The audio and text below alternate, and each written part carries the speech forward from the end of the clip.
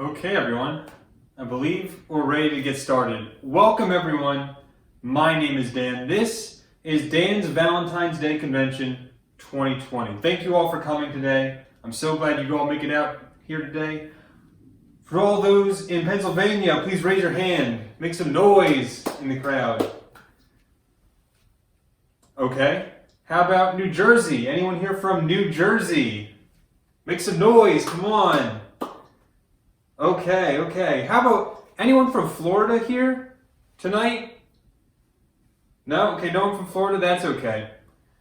Well, my name is Dan. For those of you who don't know me, I'm pretty much a relationship master at this point.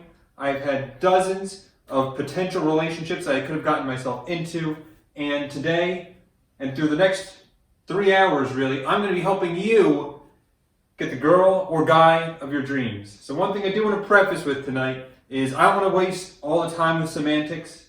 I don't want to be saying, hey guy or girl, how do you get in this situation? I'm a straight male. So just for the sake of convenience and not tripping over words and saying something out of context, I am going to be giving all of the lessons tonight in the context of a single heterosexual male. However, the lessons can be applied to whatever you happen to be, whether you are a gay man, a lesbian woman, whether you are even non-binary. The only thing I guess that really this wouldn't apply to you is if you were asexual and you were not looking for a relationship, but that is not why we're here today. We're here to find love. So, yeah. So give it up for love. So we got a great show for you tonight. Once again, my name is Dan. Throughout the course of the night, we're going to be visited by a total of 11 Dans. It's pretty much the whole cast from Living With Myself, Season 1, excluding Shy Dan, Donut Dan, and Prankster Dan pretty much. They couldn't make it out here tonight. Actually, completely forgot that Shy Dan even existed, but that's okay because we're here to have a good time tonight. And to kick things off with us in just a few more minutes is going to be Curious Dan's lesson on what are relationships. So that's going to be an exciting way to kick things off for us tonight. Following that, we have Nice Dan, which is giving a lesson on being yourself, the secret to happiness. That should be good. Then we get that followed up by Angry Dan. He's going to be giving kind of a counterpoint, if you will, to that, entitled Be Better, You Suck.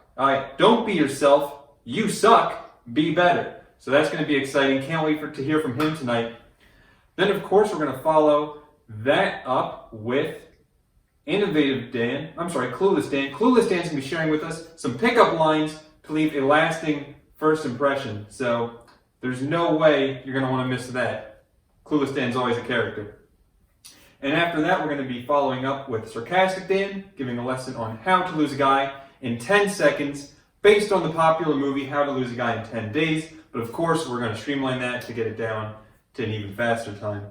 After that, we have Charismatic Dan. Charismatic Dan is going to be teaching you how to apply sales tactics in terms of picking up mates. So Charismatic Dan, obviously business, Fortune 500, Forbes guy, you know him. So he's going to be helping you with that.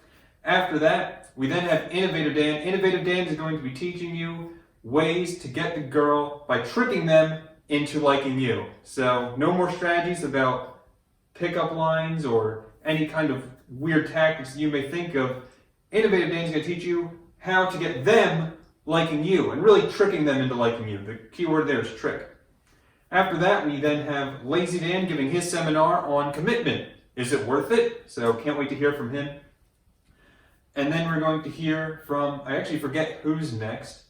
Logical Dan. Logical Dan is going to be giving his presentation on coping with being single. So at the end of the day, you may not come out successful in the game of love, but that's okay because in the game of love, it's not about whether you win or lose, it's how you play the game. And sometimes you don't win at the game, but it's about how you play it.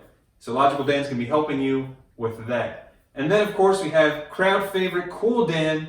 He's going to be helping you, now that you have the relationship, now what? So he's going to be giving you some life lessons on not just how to get the relationship, but how to keep it. And then, of course, we're going to close it up with some closing remarks by yours truly. And afterwards, we are going to be watching some romantic comedies. The romantic comedies have not been decided yet. They are on the flyer, which I'm going to see if I can find a way to get the flyer in the live stream. I haven't posted a picture of it. I don't even have a physical copy of the picture on me right now. So it's on my computer. I'm going to see if I can upload that to the chat in just a couple more minutes. And yeah, pretty much we've got a great show lined up for you tonight. I am so happy that all of you could make it out tonight. So yeah, and without further ado, in just a few more minutes, things are really going to get kicked off here around 6:15. But we're going to just take a quick 5-minute break and recuperate, and we'll join back with you then around 6:15. So yeah, let's have a great convention, everyone. 2020, Year for Love. Woo! And now for our first speaker of the night, please welcome Curious Dan and his talk on what are relationships. Hi everyone, it's great to be here. My name is Curious Dan. Yep, my name is Curious Dan, and today I'm going to talk with you about what are relationships. So a lot of you out there, before you get in your head in the water too fast, you need to know what are relationships. And many of you think you already know what a relationship is. I'm here today to tell you that you're probably right, but there's easy cases of when knowing there's a relationship, and then there's that fine line between when there's a gray area, and you're wondering, am I in a relationship, or even what is a relationship? And so that's what we're here to define today. I could waste your time and rattle off a definition by the Merriam-Webster dictionary. I'm not here to do that today. I'm here to explain to you exactly what my definition of a relationship is. So, without further ado, let's just see some examples. And you can even participate here at home. You can say, hey, I'm going to give a scenario, and I want you to tell me if this is a relationship to you. Okay, and these are all going to be hypothetical examples that I'm giving to you. Okay, hypothetical examples. And the other thing, again, I really want to emphasize here that throughout the night we are going to be giving this from the perspective of a heterosexual man, such as myself, but you can easily apply these tactics and information to fit whatever category you may be in. Male, female, gay, straight, whatever. Okay? So without further ado, let's go with the first one. First example, okay? Hypothetically, you're on a bus with a girl. You sit next to them for the entire bus ride.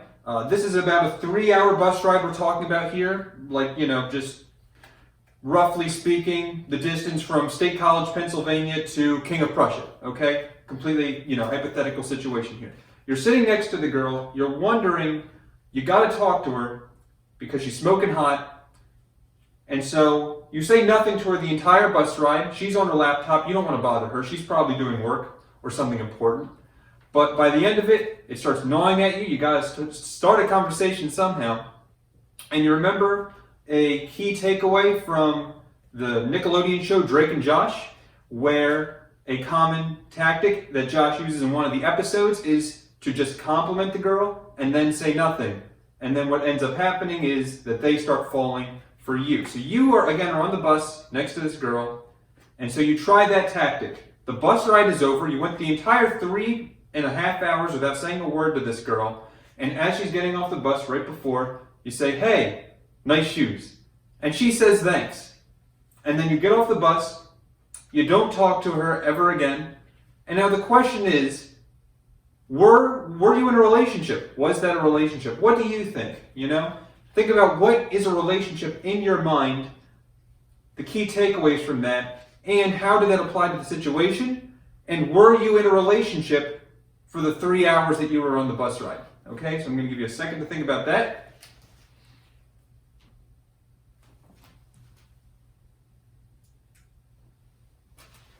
Okay, so hopefully you had enough time to think. And the answer is no, you are not in a relationship, or at least not in the relationship that we're going to be talking about today. So there's a lot of kinds of different relationships you can have out there. There's a father-son relationship, there's a brother-sister relationship, there's friendship kind of relationships, and then there's the romantic and love-filled kind of relationships. That's really the ones that we're going to be focusing on today. And in that definition of a romantic relationship, it really just doesn't fit the bill, because by the end of it, you really only said 5 words to her in the entirety of the 3-hour bus trip, which pretty much means no, you're not in a relationship, okay? So let's give another example. Let's say you have a dead battery on your phone, okay? And you need to call someone, or at least you need to do something because you're on the other side of town, you don't exactly know how to get back home, you need Google Maps or something, and you need to make a phone call for your buddy to pick you up, okay? In that sense, you're on the side of the road, you just ask the nearest person next to you if you can borrow their phone for a second just so that you can make the phone call to get picked up by your friend. And it just so happens that the person whose phone you get is, once again, an attractive young female of around the same age that you are. And again, this could be male, female, whatever works for the situation that you're in. In this hypothetical case, let's just say it's a female, and you are attracted to her. And you, again, are trying to get in a relationship. And so one of the things you do is you call your friend, but before you give the stranger back their phone, one thing you do is quick jot down their phone number and keep it for later use. And then after the whole situation is over, you have your phone back, it's fully charged, you decide that you want to, again, contact the person because you want to thank them for letting them lend your phone, and you forget that you have their number, but they don't really have your number, do they? So that's going to create an awkward situation for you, especially when you say, hey, thanks for the other day, and they respond with, what are you talking about? And then you reply, well, you kind of get nervous, so you don't want to appear creepy, or at least, well, maybe at this point you already appear creepy, so you try and put on a fake alias, and you say your name is Smitty Morgan Yegerman Jensen, and you kind of just play it off that persona from there on out. And again, they're getting really confused, and you keep, again, talking to this person via text message, just because at this point, they keep asking, now they're asking you questions, now, like, are they interested in you? These are the kinds of questions that are probably running through your mind right now. Ultimately, what ends up happening is you assume that they block your number because they don't respond to the last 5 of your text messages, and the door is kind of still open for a relationship out there. So the question is, am I in a relationship in that sense? Well, again, I'll give you a second to think about it.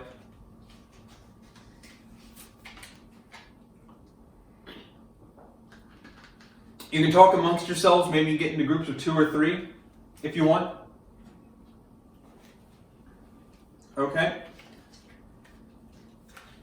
And the answer to that question is no, you are probably not in a relationship. Again, because in a lot of sense, the relationship we're talking about is more or less, it doesn't have to be a physical relationship, but in the very least, there should be some kind of communication going on between you and that person. And you could make the argument that you're in a relationship when you have the back and forth and she's trying to figure out who you are. But at the end of the day, if you close the door and you are not, communicating with that person anymore, it's safe to say that you are no longer in a relationship. Okay. So let's say now, new example, that you like watching the news. And it's not so much because you like watching the news. It's really just because there's this one news reporter there that you think is really funny and kind, and they're pretty popular because you keep seeing them on the news, and you're wondering, man, I really wish I could start talking to this woman. And so one thing you start doing is, as she's talking to you on the TV, you start to reply back as if you're having a conversation. Like they'll say there's a traffic jam on the 402, and you're like, oh man, thanks for letting me know. I really shouldn't go on that road. Thanks for letting me know about that. And you continue this on for a few weeks, we'll say. In that hypothetical situation, are you in a relationship? Are you in a relationship? So one thing you'll notice is there's definitely now that communication that wasn't there before. She's talking to you, you're talking back to them. There's definitely communication. Again, the relationship, the loving relationship that we're talking about today doesn't have to be a physical one. It can just be 2 people talking who really just love each other and love having conversation with each other and ultimately get married someday.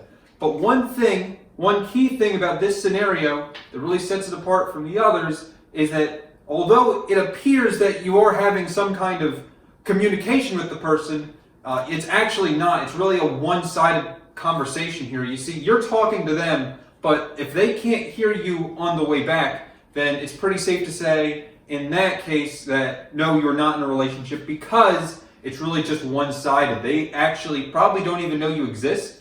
Maybe you realized that all along. You kind of just kept lying to yourself, telling that maybe they did notice you. Well, in that case, that happens sometimes. And even though you like to fool yourself into thinking these things, ultimately you're just not in a relationship. Okay? So moving on to the next example.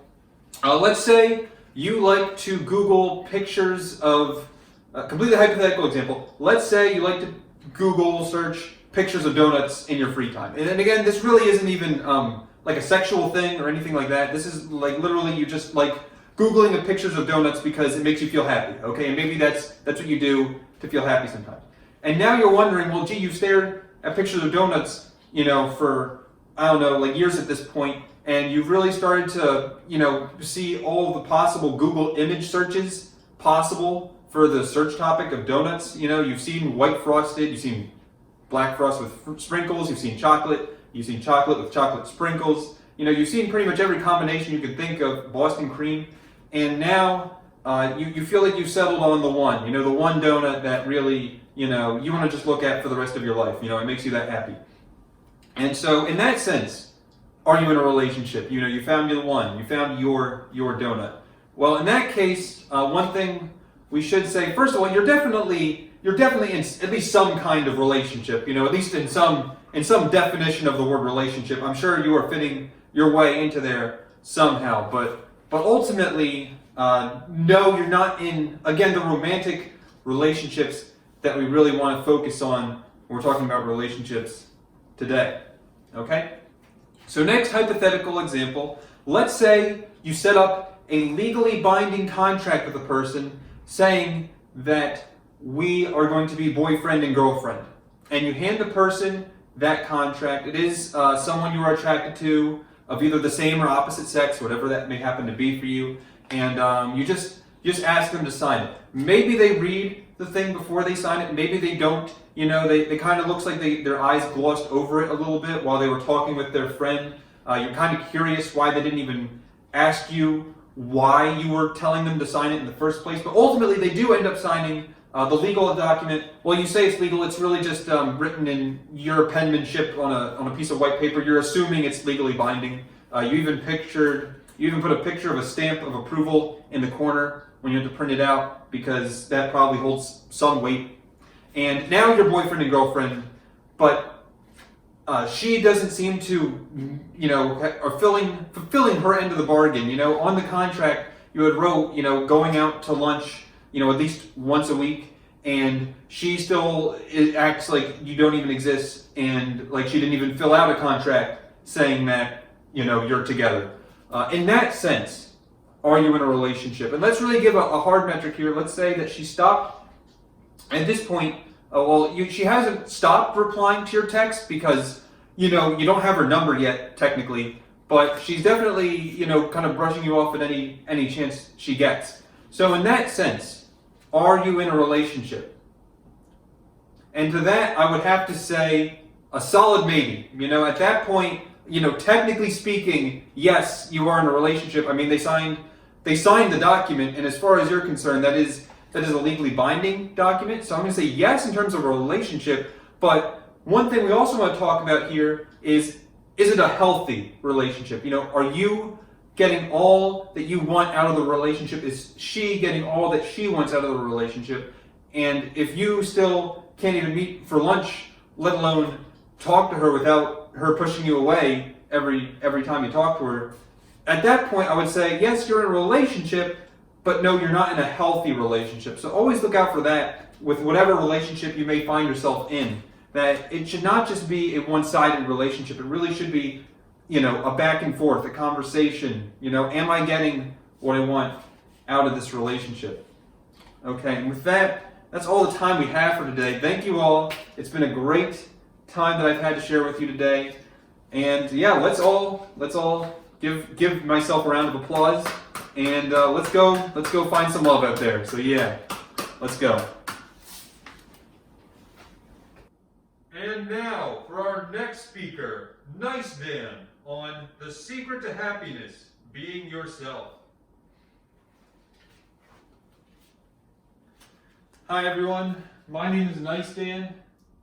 It's great to be here. Love the crowd, love the energy. I'm here today to tell you about the secret to happiness, which is just being yourself. Now let me tell you why I'm an expert on this subject, because of everyone I know, I'm the only one I know who has 14 of themselves. Haha. So yeah, I should be an expert on being yourself. Okay.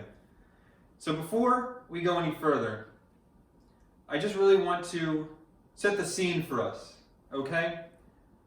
Picture this in your own life. Success, peak performance, financial independence, power, intelligence, a big house, sports cars, not living with tap water, that you actually get your own spring water, love. These are the things that you may never have in your life. And that's okay, because even though you can't have everything you want, there are some things, just as being a human, you have not the right to, because not everyone has the right to peace. Give an example, people in certain parts of the world.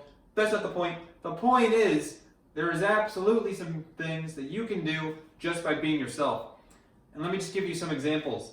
Happiness, self-actualization, life purpose, motivation, creative expression, positive energy, good mental health. These are the things that you can have in your life just by being yourself. And that's what I'm going to be doing today. I'm going to be teaching you that no matter what happens in your life, whether you happen to find someone, whether you are single for the rest of your life, you're never going to be happy. Even if you do find love one day, you're not going to be happy unless you can just be yourself, okay? So a lot of you are probably worried about being yourself in public. You know, you might have a fear, you hide yourself up, you put up your guard. You don't want to be yourself, okay? But I'm here to tell you that you're never going to be happy unless you be yourself, and not just any version of yourself, but the perfect version of yourself. Maybe not perfect in the eyes of others, but perfect in the sense that you are being the person that you were born to be. And now, I want to tell you that I don't care what kind of person you are.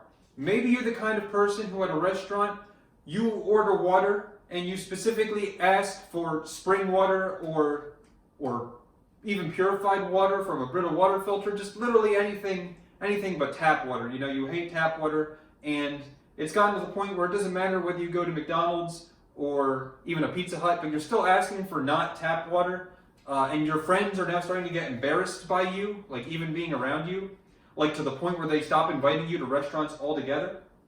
And I'm here to tell you that that's 100% okay, because that's the kind of person that you are, and you shouldn't be changing yourself just to fit in to those social cliques, okay? Let's give another example. Maybe, let's say that you're really, worried about the fact that you're self-conscious, about the fact that you can't grow facial hair, that you, even if you wanted to, you couldn't grow grass on your face if you planted enough seeds. That even when you try and grow out your facial hair for even a few days, your parents start getting mad at you and telling you to shave, even that you started living on your own for essentially 5 years now, ever since you went off to college. And maybe even it's gone so far to the point that you can't grow any really body hair whatsoever, except for like a few hairs on your nipples, and you're wondering, man, I wish, the hair could literally grow anywhere else. Like, this is literally the worst place that I could possibly grow hair. And I'm here to tell you that that's okay, because maybe that's the perfect version of yourself. And maybe, it's not what you want. But that's okay, because as long as you own it, then that's really all that matters. Maybe you're one of the people who you're really worried about using ad block on computers, not so much because you're worried that you're going to get in trouble for some reason for using ad block, but because ever since you started your YouTube channel, you've started becoming more self-conscious about the fact that one day you hope to make money through YouTube ads or whatever, and you now want to try and support other people's businesses, so you watch ads, and maybe even you start clicking on ads that hoping, other people will do the same, and you can eventually get monetization yourself one day that you click on so many ads. Maybe that's you, and maybe people make fun of you for it. Maybe you get judged for it on a daily basis, and that's okay, because that's who you are, and you can't change yourself just to fit someone else's mold. Okay? And these are just, the end of the day, the goal here is to make yourself be happy with yourself. That before you can start loving another human, you really need to love yourself first.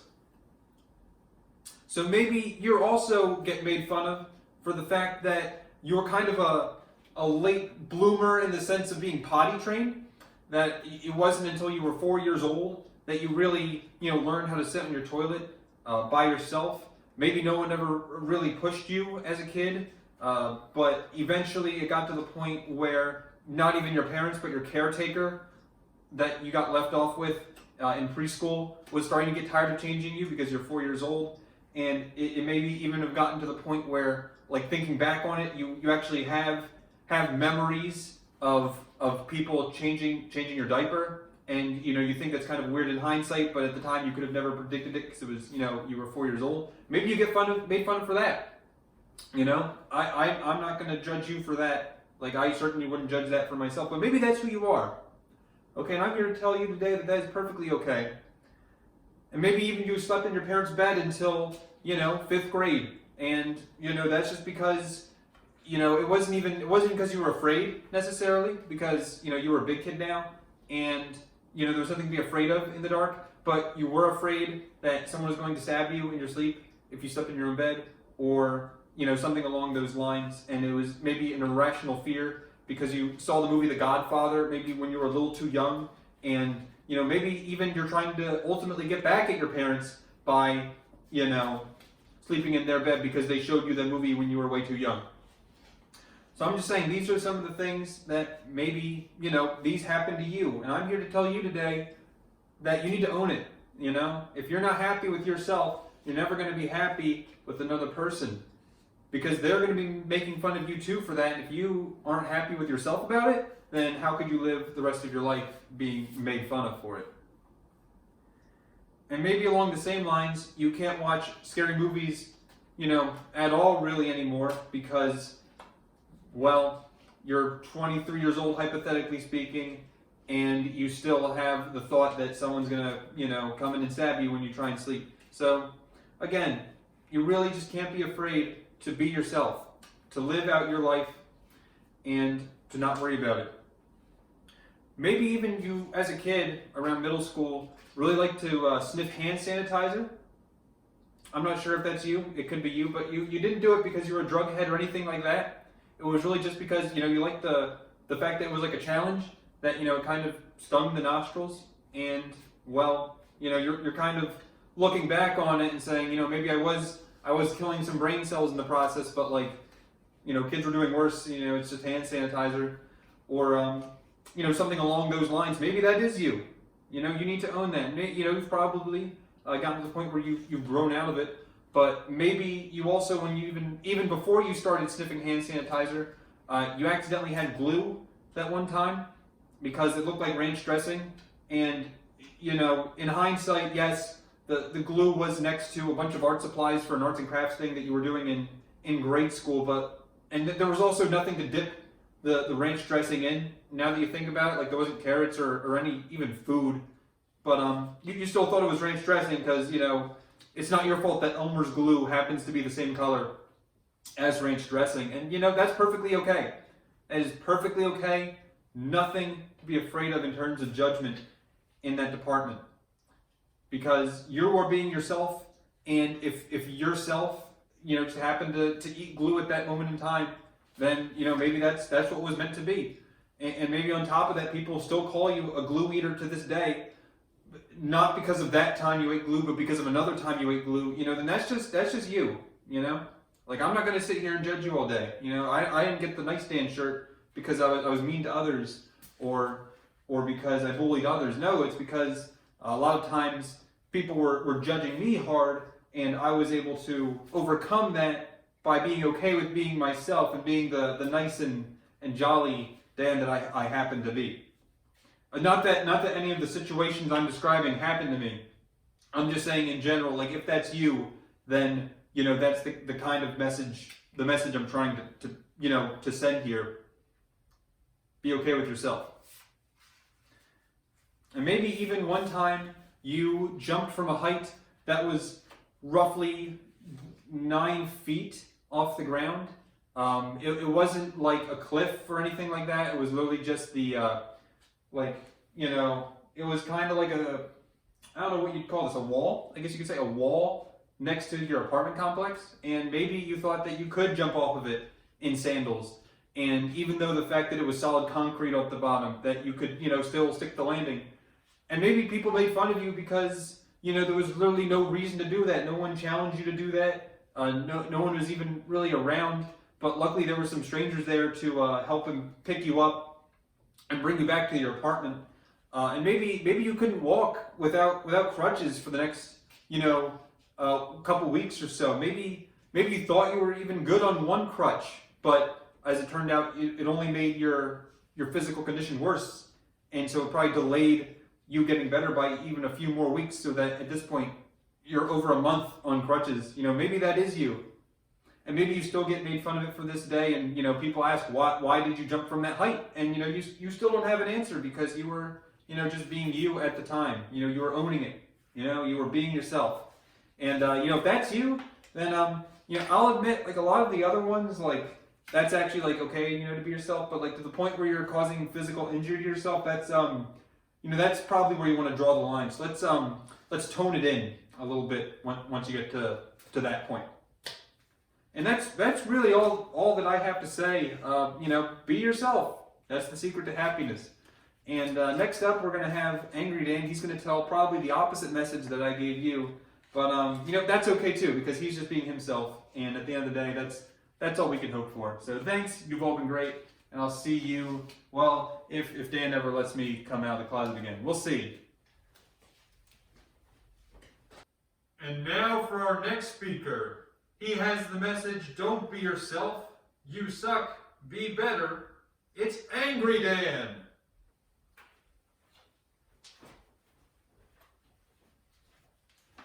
Okay, so let's just get into it right now.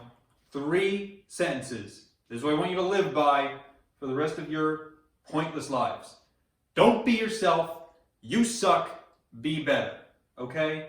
Let me describe a scenario to you. Let's say that a girl or a guy or whatever likes you. You know what that means? That means that they suck. You want to know why? Because they like you and you suck. And let's say you like them. You like someone who likes you. You think it's a pretty good situation. You think you found love. Well, guess what? The person that you like sucks, which means that you like things that suck, which makes you suck even more. And you could keep going down that rabbit hole. I'm not going to go into it, but the message that I want to leave you with today is that no matter how good you think you have it, you can still be better. Okay? Never settle. Whatever you think you have, you can always reach the next state by just sucking maybe a little bit less. Okay? So maybe if you try and buckle your pants every once in a while and tie your shoes the right way, then maybe you too cannot suck one day like the rest of these Dans do. Not to say that they do suck. They're actually pretty nice guys, if you get to know them, but most people don't. Anyways, let's get into it. I want to start off with saying that you don't need a boyfriend or a girlfriend or whatever to be happy. You can be yourself by being happy. I know that's the message that Nice Dan gave a second ago, but I want to build off of that and say you don't need any of that. Not because you're happy with being yourself, whatever. No. If you're happy with yourself, it means that you've settled. Don't settle. Be better. Suck a little bit less. And maybe next time you can wake up in the morning and look yourself in the mirror and not have tears in your eyes. Okay? Did you ever think about that? Maybe one day you just want to have a nice life by the beach with your perfect wife or whatever, and you have the kids in the yard, and then you think, man, would I have done anything differently looking back on it? If you say, no, you live the perfect life, well, I've got news for you, Twinkle Toes. There's no way that that was the perfect version of your life, because there's infinite possibilities of you sucking a little bit less and actually getting the job done that you were born to do. What that job is, I don't know, but I know one thing: you're ruining it by taking every breath and step that you take because you suck. Okay, there's no sugarcoating it. And one more thing. A lot of you out there have insecurities. Maybe you're worried about the fact that you don't make a lot of money. Maybe you're worried that your looks aren't the best. Maybe you're worried about that you're fat. Maybe you're worried that your religion is made fun of because you didn't know that, well, Greek mythology, yes, it's pretty funny in the context of a Percy Jackson book, but at the end of the day, it's not a real religion and you got made fun of for it. In those senses, you need to man up. You need to kick your old self to the curb and get a new self that's better than the old one. And here are some ways that you can do that. Number one, list every mistake that you make throughout the day, okay? Let's say you walk on the wrong side of the sidewalk and you didn't even know that there was a wrong side of the sidewalk to walk on until some jerk across from you said, hey, walk the other way. And you're still trying to figure out what they meant by that, but apparently there was a one-way sign on the sidewalk and you didn't see it. Well, they're a jerk, first of all, but second of all, you technically shouldn't have been walking that way.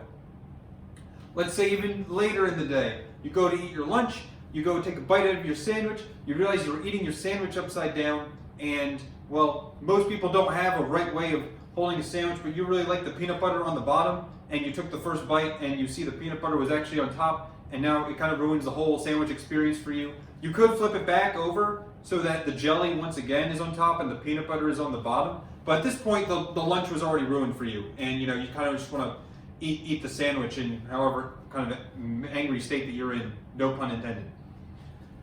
Maybe even later in the day, you go and say hi to one of your coworkers, and maybe you do it in such a way that's kind of awkward, and you say it a little too far under your breath.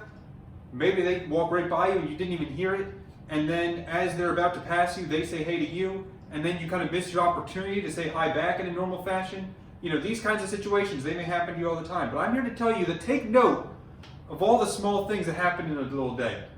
Take note of all the mistakes, all the times that you wish you could have been better. I want you to write them down.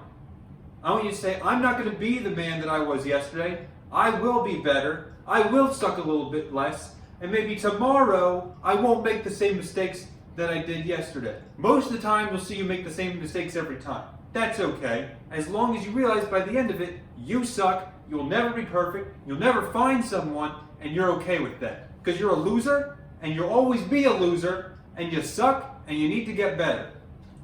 That's method number one. Method number two on how to get better. Seek advice. Talk to people. Talk to people who maybe they suck a little bit less than you suck, and you hope that some of their less suckiness will rub off on you so that at the end of the day, you're not quite as much of a sucker as you were before. Ask them for advice. How did they find their relationship? How do they wake up in the morning and look themselves in the mirror? How do they fall asleep at night? And how do they put on their shoes in the morning? These are the kinds of questions that you should ask them. You always hear, live a life in their shoes, walk a mile in their shoes. Well, maybe their shoes are a little too tight on you and you can't fit into the mold that they wanted you to be. Maybe you just come to the fact that, I'm not going to be a perfect person. I'm not going to be the one who becomes president one day. I'm not going to date a sports model. I messed that up. I'm not going to have a sports car. I'm not going to have a model as my fiance. And that's okay.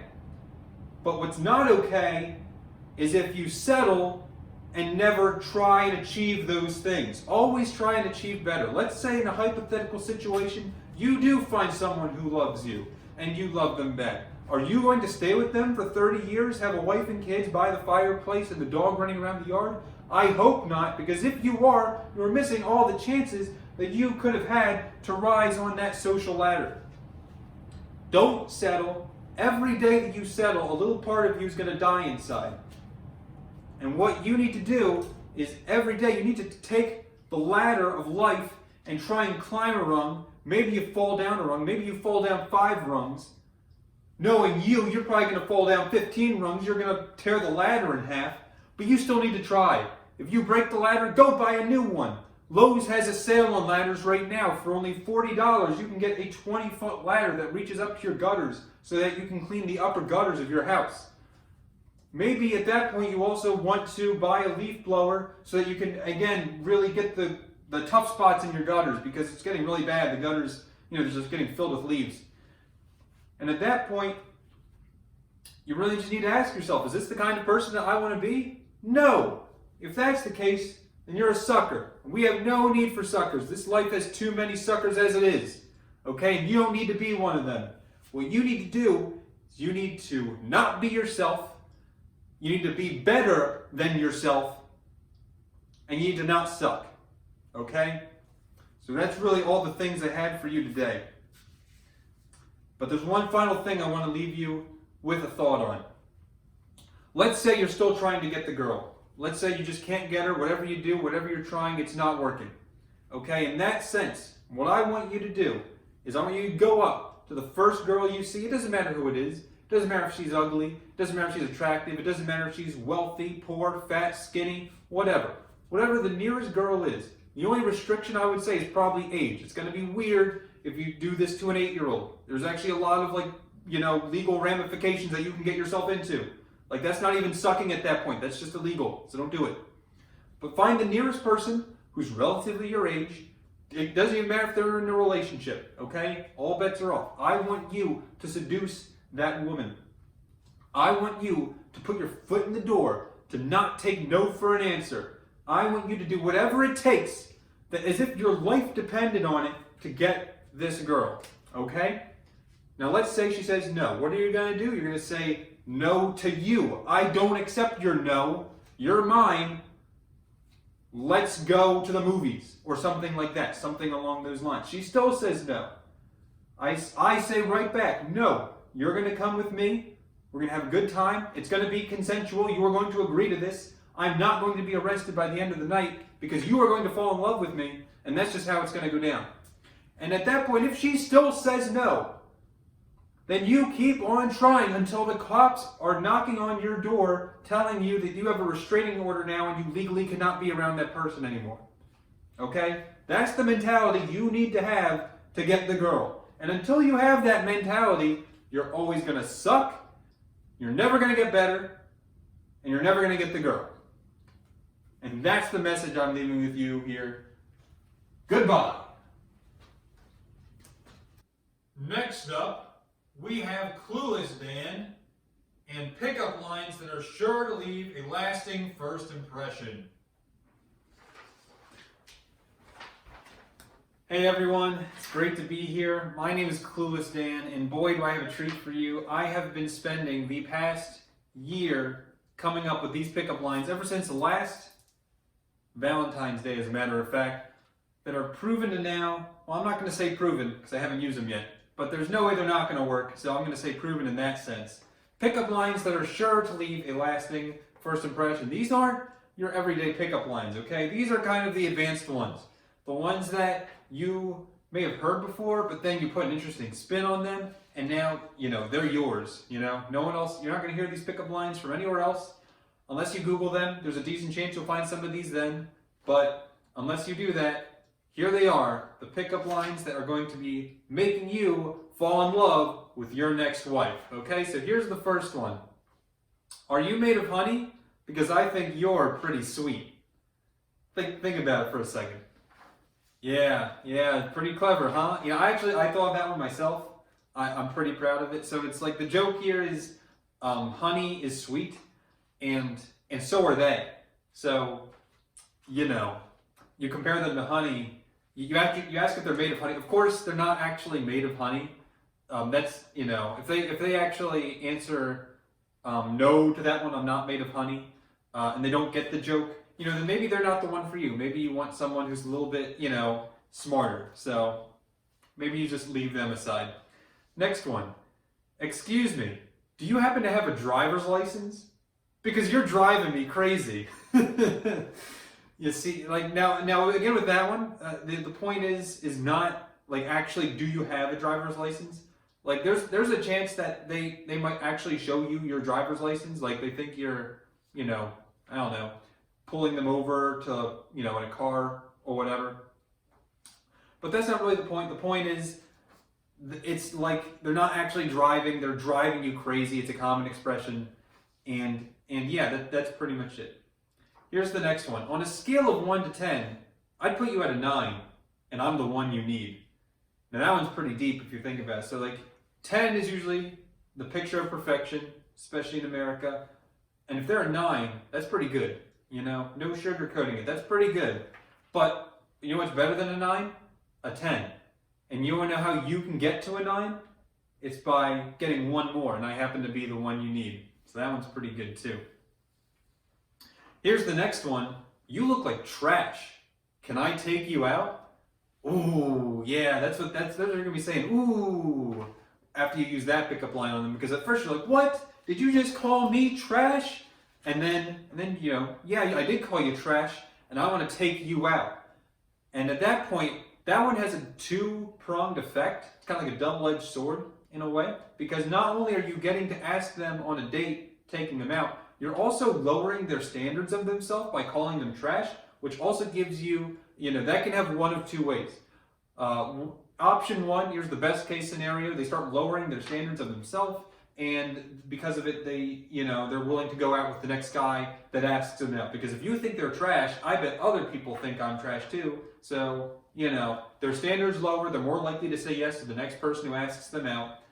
The other way that can go, they can just kind of ignore you and get mad at you and walk away. They could even spit in your face. You know, I'm not going to lie. Things could get ugly. But, you know, risk versus reward, I would say, you know, that's pretty much worth it 9 times out of 10. Okay, the next one. Can you touch my hand? You want to go up to someone. Can you touch my hand? I want to tell my friends I've been touched by an angel.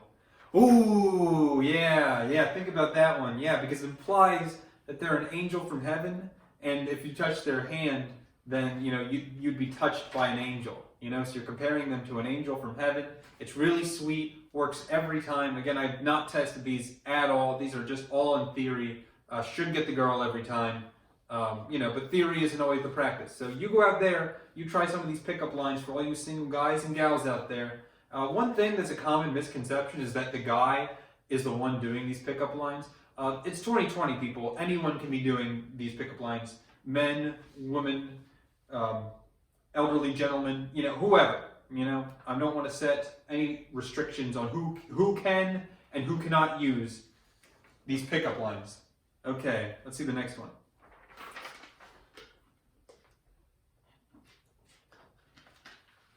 Okay, the next one involves you walking up to someone and saying, "Excuse me, I think you dropped something." And then they look around, you know, and then you tell them, "I think you dropped your standards. Hi, I'm Clueless Dan," or whatever your name happens to be. And ooh, yeah, that's pretty good, huh? Yeah, it is. Yeah, because they're dropping their standards to be with you, because if they have low standards, maybe you're the kind of guy who's looking. Maybe you're the kind of guy who has low standards themselves and you want to find someone else who also has low standards. Or probably what it's more implying is that if you are a low standard, then you want someone who's looking for low standards. So, you know, that one's good if you kind of just, you know, stink a Rooney in the love department and you really just need, like, you know, anything to start going your way. That's the pickup line for you, okay, if you're that desperate. Okay, next one. Do you know how much a polar bear weighs? And then they kind of like, what? And then, you know, do you know how much a polar bear weighs? Enough to break the ice. Hi, I'm Clueless Dan. Ooh, maybe you've even heard that one before. That one's pretty good. You know, because breaking the ice is, you know, icebreakers. And, you know, that is an icebreaker. Just like anything you can do to start a conversation with a girl, that's really just all you need. Like, it doesn't even matter what you say after that point. As long as you can start initiating the conversation, you know, that's really what these pickup lines are all about. Just getting the conversation started, getting them talking, getting yourself talking, and kind of getting into that easy grooving feeling. Once you start getting in the love, you know, love department, there's no trains on this break, or other way around. Ah, you know what you mean. Ah, yeah. So that one's really good too, for anything. Okay, next one. Do you want to be a single mother? Because I can make that happen. And now they're thinking, what? That's crazy. And let me explain that one to you. There's no way getting around it. You are implying that you are going to have a child with them and then leave them at some point. And, some people do want to be a single mother. If that happens to be what they are looking for, then that's kind of like a niche economy. Like, not a lot of guys are going to go up to someone and ask, like, do you want to be a single mother? You're kind of not only initiating probing the question, you're also saying, I'm the guy who can supply you with the ability to be a single mother. So if they're looking for the ability to be a single mother, you've pretty much, I can't think of a single other guy out there on the planet who's going up to girls saying these things.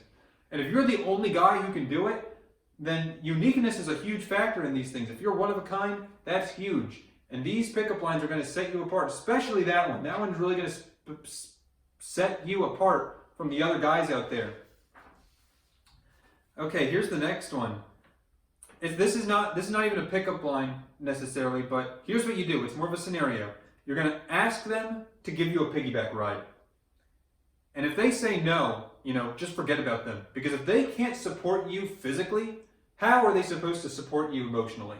And that's really what you want to be looking for in a relationship, is not just someone who has your back when times are tough, but someone who can physically carry your back when you are ill or you're bedridden, or maybe at some point you have polio disease and you lose access to your legs. These are the kinds of things that you really need to start thinking about at an early age, because you're not going to be young forever, So sure, you can have the ability to, love this girl right now, or love this woman right now, or love this man right now.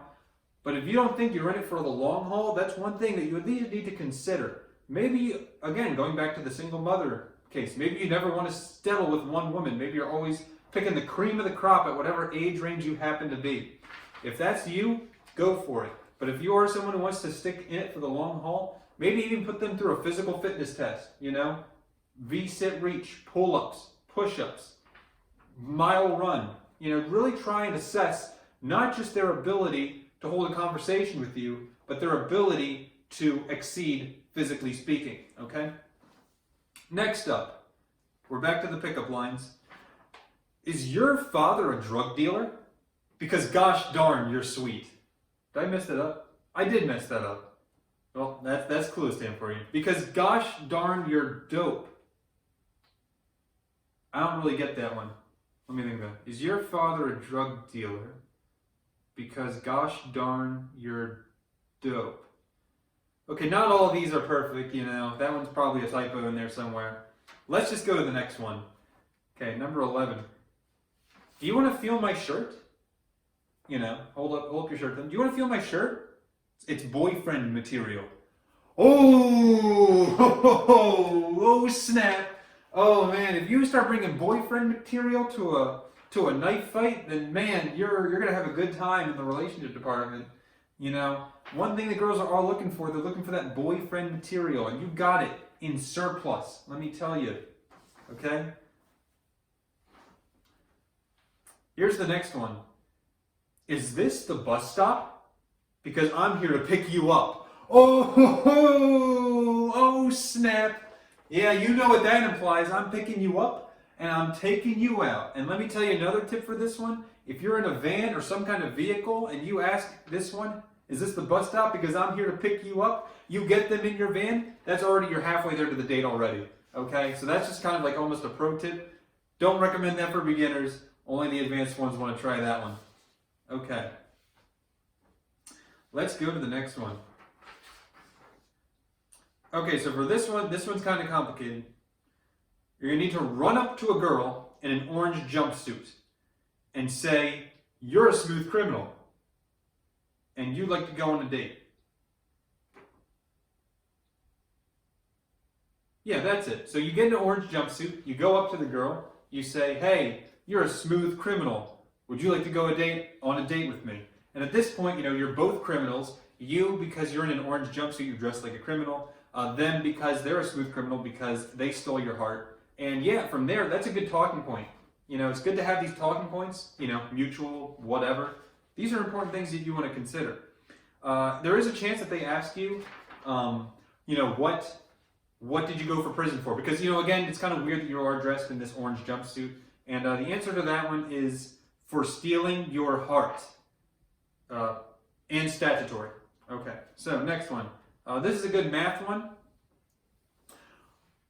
How would you like to see the exponential growth of my natural log? You see, I don't really get that one either. Logical Dan told me to say it. I don't really get it, but if she likes math, then maybe she'll get it. So that's what I guess you're hoping for with that one. Next one. Are you a landscaper? Because I need someone to rake my leaves. And that's actually not even a pickup line necessarily. Like, my leaves are really bad right now. So, maybe if she can honestly just do your leaves, then you always want to get something out of a relationship. For some people, it's love. If you can get the girl to rake your leaves for you, then, honestly, that's probably even better than whatever can come out of a relationship anyway. So that's just something to think about.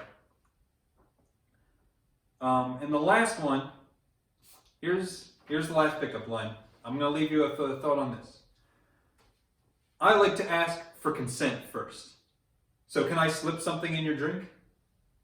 And that one obviously is, whoa, you can't say that. But as long as you're getting consent, as far as I know, everything's okay. So ask for consent. Don't do any drugs. And yeah, that's pretty much it. So if you can use these pickup lines, I'm sure you can find any girl you want out there or guy. Thank you. You've been a great audience. Next up, we've got someone. So stay tuned.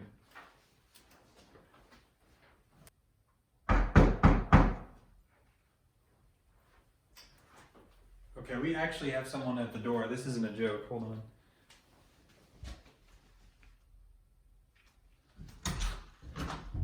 Hey, you're just in time. Wonderful. Dan, it's broken. What's it? Your marriage that you Dan arranged for me. It's sick. Well, I'm sorry. Well, we're in the middle of a live stream right now. I'm not sure. Well, that's great. You can fix it right here on the live stream. Yeah. Yep. Oh, God. Okay. So, real quick. Hi, my name is Sarcastic Dan, and I'm here today to tell you how to lose a guy in 10 seconds. But before we get into that thrilling topic, I have two guests with me who came fairly unannounced. And let's talk today about how to fix a relationship. So what seems to be the problem? Well, you see, first of all, Yes. she's sick. Mm-hmm. Second of all, she always wears my clothes. Does she fit in your clothes? Somehow, yes. Well, yeah, that seems your problem now, doesn't it? It does. She always insults me for my size. Okay. You know, I don't blame her. She always makes me buy her food. She never cooks for me. Yes. Her idea of a romantic Valentine's Day dinner was me picking up Arby's. Yeah, I was gonna say whose idea was Arby's specifically. That was hers. Okay. Well, I would say need something to hold me over. I'm not saying you're wrong. I'm saying if you chose Arby's, you would I'm surprised you would even show up in the same car together on Valentine's Day. Mm-hmm. But the fact that you chose Arby's at least says that you have a chance at keeping this relationship. So Really? I think so. That's good. That's a good thing. Mm-hmm. Yeah. Sure. Yeah. So there's the other problem too. Yes. Can you speak up, please? Oh yes. There's the other problem. We haven't. Can you say in front of camera one? Yep. Yes. Oh, we haven't had Whoopee Fun Time in several weeks, and I was wondering if you could help us with that. I'm sorry. What's Whoopee Fun Time? Whoopee Fun Time. Yes. You know, when a man loves a woman. Yes. And they have Whoopee Fun Time. Yes. That's what I'm asking. What is Whoopee Fun Time? Yeah. It's so what happens when a man loves a woman? Yes. Right. They go into the bedroom. Mm-hmm. And they lay on top of each other. Does it hurt? It sounds like you're just. Why are you looking at me? Does it hurt? No. Okay. Not particularly. Okay. Depends on the Does it person. hurt me? Okay. So what's part two then? Part two is the fun time part. Camera one. Camera one. Part two is the fun time part. Yes. Where magical things happen. You feel very good. What kind of magic? Are we talking David Blaine magic or Chris Angel? Penn Penn and Teller? Definitely Penn and Teller. Okay. Yes. Okay. I imagine they had a lot of Whoopee Fun Time. Yes. Yes. Okay. So I was wondering if you could help me get her back into the swing of things. What tips do you have for me? Okay. Well, what's the problem that she doesn't want to have this Whoopee Fun Time anymore, or that you've lost the magic in that whatever this whoopee fun time is. I think it's that she doesn't want to have whoopee fun time. Is that true? You see, I'm apparently broken because I'm constantly sick. Oh, okay. Yeah, this is the other thing. See, that would really be a good question for Dr. Dan on the Oh. sick issue, but as you can see, this is sarcastic, Dan. yes, I only have my master's, so. But in terms of getting back in the swing of things, one thing, have you considered having fun whoopee time? Maybe just flip the name around, and then that might be able to have the magic things happen, then lay on each other. You know, they say variety is the spice of life. Maybe that's what you need. I don't really, whatever happens to work for you. Like, you know, I'm no expert. I've only heard of this whoopee fun time thing today. So You're missing out on things. That's a good Like what? idea. whoopee fun time? Yeah. Is it like a game? Like, is there like, you know, like a community rec center I can have whoopee fun time? Definitely not. No? Well, it depends on yeah. the community. Okay. What kind, like the YMCA? Well, Or like a Lifetime Fitness gym? definitely the YMCA. I heard the village people really. You mean like the band? The band, you know, the Yeah. YMCA. Yeah, they had a lot of whoopee fun time together. Really? Yeah, from what I've been told. With each other? With each other, yes. Wow, really? Yeah, famously. Okay. Man, are there videos of this? You can look up a lot of videos of it Yeah. on the internet. Not that band specifically. Just if I Google village people whoopee fun time, you're telling me I'll get to see what this looks like. Yes. I'll be sure to take that up right after we're done Wonderful. this. Please let me know Convention. what you think of the results. Okay. Well, don't let us Oh, interrupt. yeah. Please continue. Yeah, please, yeah. please have a seat. Yes. We still have 9 minutes in this segment.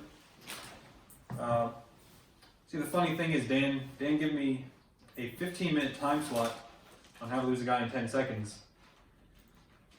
So I was gonna vamp for like most of it, but luckily that just that literally, like, this isn't even a joke. Like, that couldn't have been timed any better. Like, it was in between segments. I was literally about to walk out and do my spiel on Sarcastic Dan, and yeah, thanks for coming on the quarter of an hour. That actually really good. So here's some ways that you can lose a guy or a girl in just 10 seconds. Ask if they have a prettier sister or a prettier brother that maybe you could, see about getting into a relationship with. A lot of times that will actually make them really mad. Sometimes they actually will, worst case scenario, they leave you. Best case scenario, you get a prettier sister or brother that you actually do happen to be in a relationship with. So that's just one thing you can do. Another thing you can do, how to lose a guy in 10 seconds, say you're a Trump supporter. And if that doesn't work, say you're a Bernie supporter. And literally one of those two things, like that, should set off some fireworks. Okay? That's the political climate we live in today. I don't mean to get political. I'm just trying to get you out of a relationship. Because not all of you want to be in a relationship. Yeah. That's the point that we're trying to make here. That's what we're trying to help you with. Okay? Here's an idea. How to lose a guy in 10 seconds. Play hide and seek with them. Tell them to count to 10. And then never see them again for the rest of your life. If that involves getting a fake passport, getting a fake identity, moving states, even moving countries. Whatever it takes to win this game of hide and seek, that's how you're going to get out of this relationship, and that's what worked for you. So that's just a suggestion for you. Here's one, how to lose a guy in 10 seconds, just poop your pants. There can be this can be spontaneous. There can be no interaction whatsoever that prompts this. They might not even be in the room when you do this. If that happens, then something went horribly wrong. They should be in the room when you do this because it's a mess when you do it.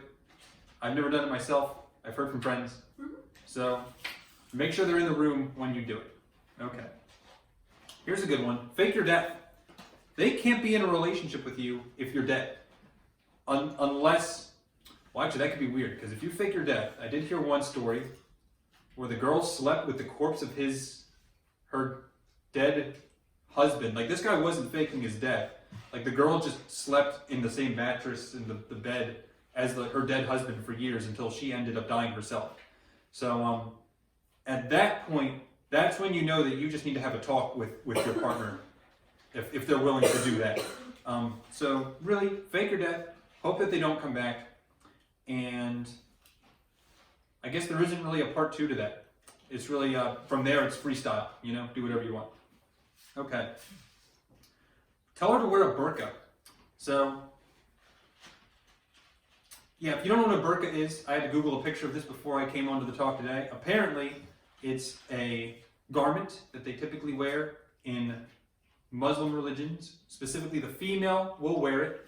I suppose if you are a girl and you tell your man that he has to wear a burqa, that would probably also, be cause to end the relationship there too. So again, these are things that can work man, woman, whatever. And the goal, once again, is just get out of the relationship by, in this case, forcing them to do something that really restricts their free ability to express themselves in any creative way whatsoever. And there's no better way of doing that than covering their entire body except for their eyes with a burqa. Okay, here's a good one. How to lose a guy in 10 seconds. Say you're under 18. And if you think of the implications, honestly, you can just think of the implications. You don't even have to say anything else, I think, beyond that point. So, if you're under 18, then, the implications. So that's all you need to do. Just say the implication. Here's another one. If you want to lose a guy in 10 seconds, tell her that you don't kiss or even hold hands until marriage. Now, many of you probably want that relationship one day. That, everything's hot and wild and you're having whoopee fun time. But if you don't want that, if you want out entirely, then say you do not want any physical form of contact whatsoever with this woman until marriage. And again, a lot of these can go down in one or two ways. Option one, they just leave you at that point. Option two, they actually don't touch you and you stay in a relationship for years until you actually do get married. And then at that point, you win, girl, I guess at that point. So, there you have it. If you want to lose a guy or a girl in 10 seconds, start sending them nudes, but not of yourself. Like, this can be pictures you've taken yourself. These can be pictures you find on the internet.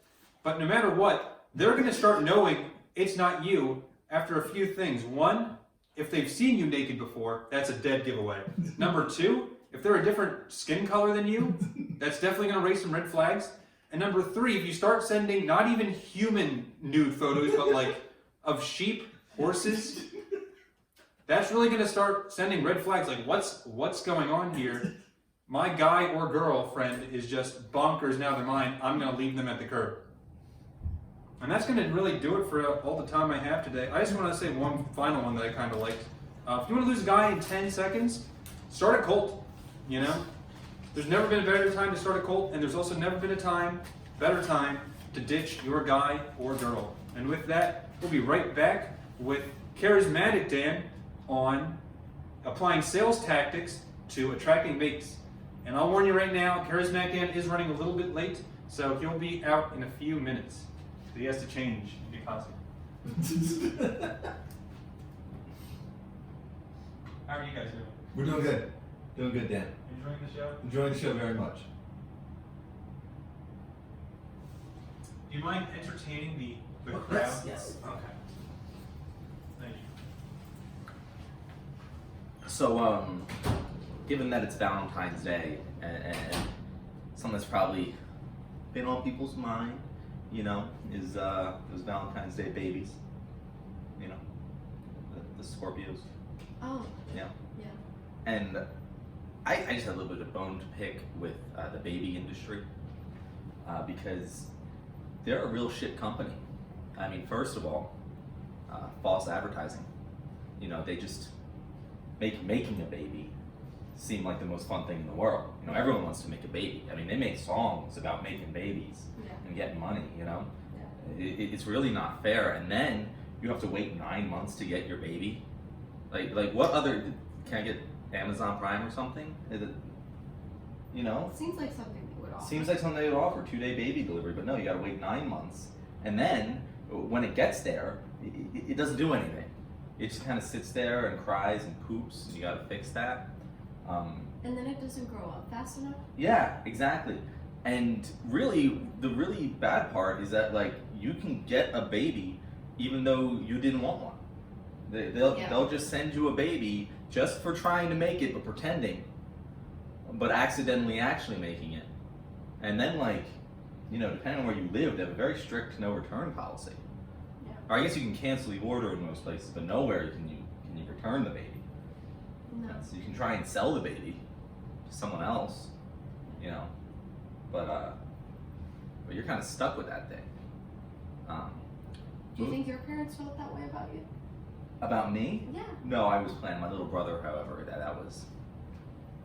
No, they couldn't return that one. No.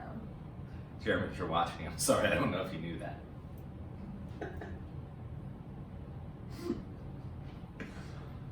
It's okay. I wasn't able to be returned either, so. Yes. I have no idea who's watching right now. I don't know if anyone's watching. But if you are watching, thank you for watching me now. I know that's not what you signed up for. But I didn't sign up for it either. It's okay. But I realize that Charismatic Dan, now that I'm thinking about it, is definitely more of a, takes a little bit longer to get ready than the other Dans. How come? He dresses nicer. Ah. Yeah. Hmm. I told Yolani that this was going down, and she was originally supposed to be on a bus at this time, and she's like, well, I gotta stream it from the bus. She's very excited about this Valentine's Day event, probably because she's unsatisfied in her relationship. But I mean, you said it. I mean, Dan ranged it, so Yeah. did Dan range it or did Dan range it? I don't know. Dan ranged. I think Yeah. Dan ranged it. Dan ranged it. Yeah. So Dan ranged it? No, just one Dan. I didn't know there was a Dan. No, there is no Dan. Well, then how did Dan range it? Because Dan ranged is the thing he did, and his name is Dan, so he I Dan understand. ranged. Dan arranged it. We had no plan coming here. I don't know if you could tell. We didn't really prepare anything. We were just like, we're gonna surprise Dan. Can we just And- talk about how clean Dan is? Dan has a very clean apartment. Yolani's Can you jealous. become that, please? My apartment does not look like Can this. I go back on Dan ranged marriages and like get someone that's clean? No, I'm pretty sure the contract's final. Well, that sucks. I know, right? You don't get to complain. We didn't read the terms and conditions. You don't get to complain. I'm better. At what? You're wearing my clothes. You're a mess. Not my coat. I wouldn't fit in that coat. No. But everything else she's wearing. I guess her shoes. That'd be weird if I wore your shoes. The Calvin Klein bra is mine too. No, it is not. That'd be hilarious. I'd be okay with I that. should have shown up in that.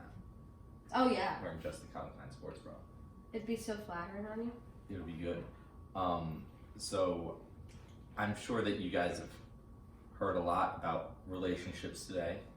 I think that you should know that if you're in one, that's great. If you're not in one, that's great too. Yeah, that's what I have to say about that. Yeah. Do you have anything to add? I don't know who's the better one in the relationship. You get more out of it. I feel like Dan is being us off the stage. So here is Charismatic Dan with the sales tactics for relationships. Woo! Yay! Hey everyone, my name is Charismatic Dan, and today I'm going to teach you all about applying sales tactics to getting the girl or guy. Okay, so here's the beauty. I just want to point out to you guys that he's not wearing anything on his feet. Charismatic Dan has nothing on his feet. I was just supposed to get away with it. Just want to point that out to you guys. Real quick. Now the camera goes. Okay. So let's get back into the swing of things. No more hijinks. I'm here to tell you that whatever you were doing before to try and get the girl or the guy was wrong because you weren't using sales. And everyone knows sales sells. Okay? So let's start off with some economic terms for you. Supply and demand. You want to decrease the supply of people like you to then increase the demand for your kind of people. There's two ways you can do that. One, you can change your product. You can be a whole different kind of person. You can be unique. You can be your own man. And then number 2 is mass genocide, where you are now the only person alive with your set of personality traits. That one's a lot harder. Not just for the legal ramifications. Do you have any idea how hard it is to find everyone in the world that's similar to you and then murder them? It's honestly not worth it. So just be yourself, be unique, and that's going to be the easy way to increase demand of people like you. Inflation. Many of you know inflation, the more money there is in the market, the lower the actual dollar value becomes. It same goes for the number of people you date. The more people you date, the more your value as a person drops. So my suggestion for you, don't go trying to get every girl or guy you can. Try and be a little selective, because the less people that you end up getting into relationships with you, the more you're increasing your own value. Diversify your assets. What does that mean? It means date people with multi-ethnicities, races, sizes, eye color, genders. Anything you can do to diversify your assets, that is going to be good, because that is an economics term. And now, let's talk about the nitty-gritty, which is sales. Okay? So in sales, there's certain things that you need to know. A-I-D-A. Stick with that, and your life will be really easy. A, attention. Do I have your attention? Get their attention. Do whatever you can. If you need to do a backflip to get their attention, they're probably not worth it. I don't know many people who can do a backflip. Interest. Get their interest. So not only do you have their attention, through whatever means you happen to do to get that, show them you're interested in them and get them interested in you. Here's how you can do that. Find out what they're interested in. If they want kids, say, hey, I've got kid juice and I'm selling it and you need it. And that will get their interest. Desire. It's not just enough to get their interest. You need to get them desired in you. There's a few ways you can do that. One, you can be a charming gentleman who's dressed up in a suit and tie and no shoes. Number 2 is you can find them on a dating site. And that's really just the 2 ways you can probably go about doing that. And the last one, action. You really want to sell the deal right then and there. So action. Get them to say yes on the date. Add something like a limited time offer, like, hey, I'm only going to be in the market for a few more minutes. And then that's going to increase not only your interest, your demand, but everything that goes along with that. Another good tip, throw in a good deal. Like, let's say you have a 2-for-1 coupon, get me, get another Dan free. Maybe you have a coupon that says get a girl, get their sister free. So always try and look for deals when it comes to sales. Okay, sales are just popping out everywhere you see them. Can you do me a favor? And I have no idea how much time I have. There's no way I have this much time. I need you to help me do the math. Okay. So I started at 6 to 6:15. That was just Dan. 6:15 to 6:30. That was Curious Dan. 6:30 to 6:45 was Nice Dan. 6:45 to 7 was Angry Dan. 7 to 7:15 was Clueless Dan. 7:15 to 7:30 was Sarcastic Dan. That's where we walked in. Yes. So you're going from 7:30 to 7:45. Yes. So I still have 8 more minutes. Dan. Yes. Okay. It took me literally so long to change. I literally lost track of time. You're the business guy, so you should probably know that. I probably should. I should also wear shoes, but that didn't happen either. They're overrated.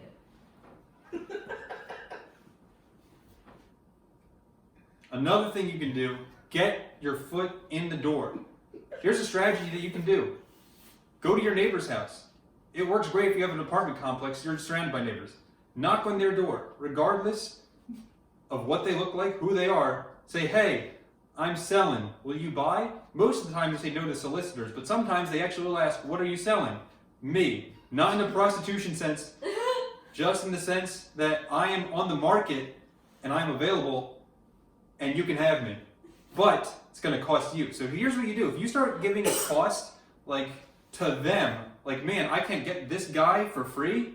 I actually have to pay for something. Wow, that's going to increase. It's going to increase demand, isn't it? Maybe. We'll see. Another thing you can do, start bumping up your product. Maybe you want to tell them how many push-ups you can do. Maybe you want to tell them that you're a great artist, but not penniless either because art's more of a hobby for you. It's not your main career. And maybe you just want to tell them that you can touch your toes. And honestly, those kinds of things are going to bump up your product and make yourself more desirable in the market. And the last thing I want to leave you with is don't be afraid to stretch the truth. So if you want to say, this works better once you get on the actual date and you start having conversations with them, here's what you can do. They ask you, so how much money do you make? You can just not lie, stretch the truth. Say, enough to fulfill your wildest dreams. And then when they start listing off their wildest dreams, if that includes a beach house, if that includes a second beach house, if that includes having... Yeah, I guess that's my perception of women is they just want beach houses. That's an issue for me later down the road, but if you can't afford it, that's future you's problem, You only need to worry about the present right now and the fact that you're trying to do everything you can to split the bill at this restaurant. And yeah, that's really going to do it for me. So that's how you can apply some sales tactics into getting you the girl or guy. Now once again, it's going to take me a little while to get to the next Dan, wherever they may be, they're probably hiding. We'll get to them soon, so stay tuned. Can you do the vamping thing again? The what? The vamping thing. The vamping. That's where you go up in front of the camera, distract the audience. Oh, yes. I've never heard of vamping before. I thought it was like glamping is like camping but glamorous. I thought it was like Yeah. Are you guys having a great time? camp. We're having a great time. Yes. Yes. Yeah, well, Yes. I'll let you know we have 6 viewers right now. Oh, actually. wonderful. Yeah. Wonderful. Hello. Yeah, I thought vamping was gonna be like I thought it was camping like with freestyling. vampires. We had completely different ideas. That's why we were Dan ranged. Of course, we are. Yeah, no, they don't match at all. Yes. But yeah, what did you think it was? Freestyling, like rapping, sort of. That's. Freestyle. Go ahead. I don't want to do that. No, I can't rap. I can't do anything. Just like, yo, I'm Yolani. I'd like to be Yolani. Yes, that was a hit. That's a hit right there. Yeah. It's a new song in the summer coming to you at some point. In the summer, from what it seems like. Yeah, we really didn't prepare. Like, Dan has note cards. We got nothing. Yeah. We prepared 0 content. Speaking of relationships and rapping, Eminem is for real gay. Oh I my think gosh. that people don't understand this. Like, in the interview, that was completely improv. It was not in the script for Eminem to say he was gay. He just said that, and then they went with it and filmed it. And we continue to not believe him and think it's a joke. But, like, when he jokes about being gay, it's not a joke. He's literally said in his songs how he was made fun of for being gay as a child. And he obviously has, sex with women. Since he has a kid. I voluntarily date this. But and this is if you take anything away from this night, know that Eminem is at least bisexual. He's definitely fucked dudes before. I'm not sure if we can say that. No, probably Yes. not. I don't know what the rating of this live stream is. Probably not that. But Anyway, that's what you should take away from it. Other things to talk about. I thought Charismatic Dan had a great point there about needing to get your foot in the door. However, if you were to do it, I suggest you put some shoes on. If you're like him, you might hurt your foot if the door slams on your bare foot. Yeah, don't. Wear shoes when you're gonna do that. Definitely recommended. Yes. Generally wear shoes whenever you're giving a big presentation. You never know who's going to tilt the camera down on you and reveal your feet. You would be that guy. Yes, I would. No. Other If he's in the room, be wearing shoes. That's if pretty much what he you said. need any corporate video production, Seriously? I work Seriously? for a video production company. So shout out Perlo Productions. Reach out just John at Perlo Productions, my email. You can send me that. Seriously? Seriously. A self plug, really? I'm just gonna self plug right now. We have 6 audience members right now. That any one of them could own a business that that needs just for corporate that, video I have a production. feeling it's just gonna go. You're gonna make his views decline. Follow her on Instagram. It's at Yolani's in there somewhere. Yolani Peace? Yes. Is that how it's How spelled? have I been dating? Yes. I don't read the pictures. I just look at them. I've been dating him. For a Okay, while. and with that, I completely forget which Dan's coming out next. But also, we're gonna have to go. So, bye, audience, and hello, To date. Hello, everyone. Innovative Hey, Dan. man, thank you so much for coming. You've been a great Of audience. course, of course. Good luck. Thank you so much for coming. Yes. See you next year. Of course. See you next year. Goodbye. See you. Also, the door's locked. Just, Oh, do me a line. bye, Dan. See you. Goodbye. Okay, and with that, thank you, audience, for sticking around. We're going to get right back into the swing of things with Innovative Dan. Trick them into liking you. So these strategies today are going to be guaranteed. I'm not even going to say guaranteed. I'm going to say foolproof. There's no way. These are like masterly crafted plans, like Ed and Eddie scam level of tricks that are going to get you into the most wild of relationships that you've ever dreamed of.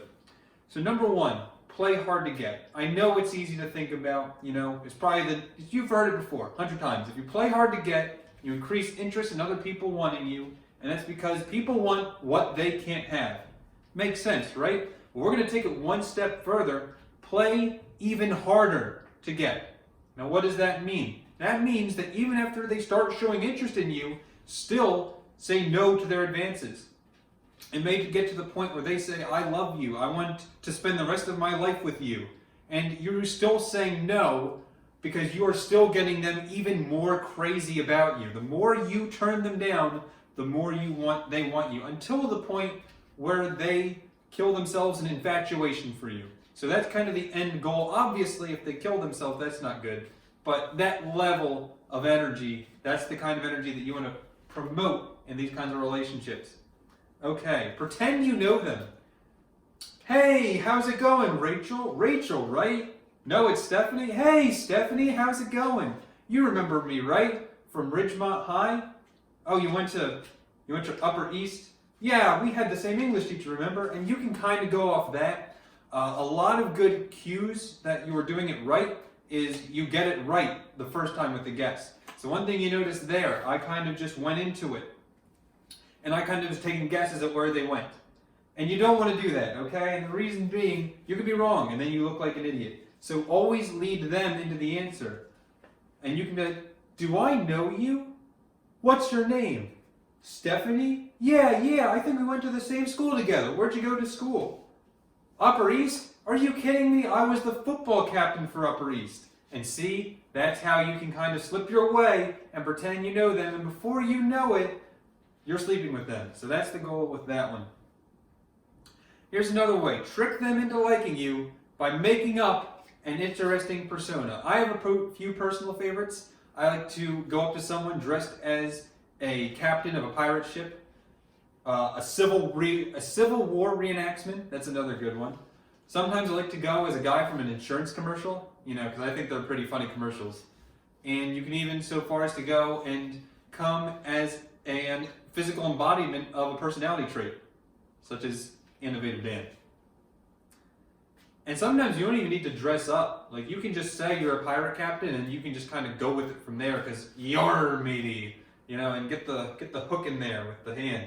Yeah, because it's not about who you really are. It's fake it till you make it. And if you can be something that's more interesting than you actually are, that's a good way of getting into any relationship that you do or don't even want. Okay. The next one, this is an advanced strategy. It's called the Pro Strat. Okay, so here's what you do. This, by the way, I need to preface, only works with someone that you're trying to seduce that is already in a relationship, okay? So it's kind of tough. Usually when they're in a relationship already, they don't want to be bothered with any guy. Which is why you're not going to talk to the girl, you are going to be spending your time seducing the boyfriend, okay? So here's what you do. You seduce the boyfriend, you befriend them to the point where you get them to sleep with you. And at this point, you slept with the guy, it's 2020, there's never been a better time to have casual gay sex with a stranger, especially to get to the girlfriend. So you have casual gay sex, casual gay heterosexual sex. It doesn't even have to be gay, you know? Anyways, the point I'm trying to get here is you have sex with the boyfriend, and now the girlfriend knows, and she is jealous. She is jealous that you are having sex with her boyfriend. She wants to get back at the boyfriend, so now she's having sex with you. And really, that's the end goal right there, is if you can have sex with the girl, then I really don't know what to tell you. You did it. You're done. And at this point, she's already had a taste of you, and she wants more. So now, you are going to continue sleeping with her until, once again, well, that's really where the pro strat ends. But if you want to keep going for extra credit, now that boyfriend is jealous at you, and you can kind of flip-flop back and forth between casual gay heterosexual sex and actual heterosexual sex, I guess we could say. Okay, so that's the pro strat. Highly recommend it. It's a trip. The next one is the 23andMe, aka the Alabama experiment. So here's what you do. First, you need to persuade someone that you are related to them. Easy way of doing that is to get a swab sample of them from their saliva. Can be from a cup, can be from actually kissing them. There's a lot of different ways you can go about it, but you need a DNA sample from them. And once you get a DNA sample from them, you go onto 23andme.com, get yourself tested by submitting their DNA, and as it turns out, you're not only related to this girl, you're their long-lost twin brother.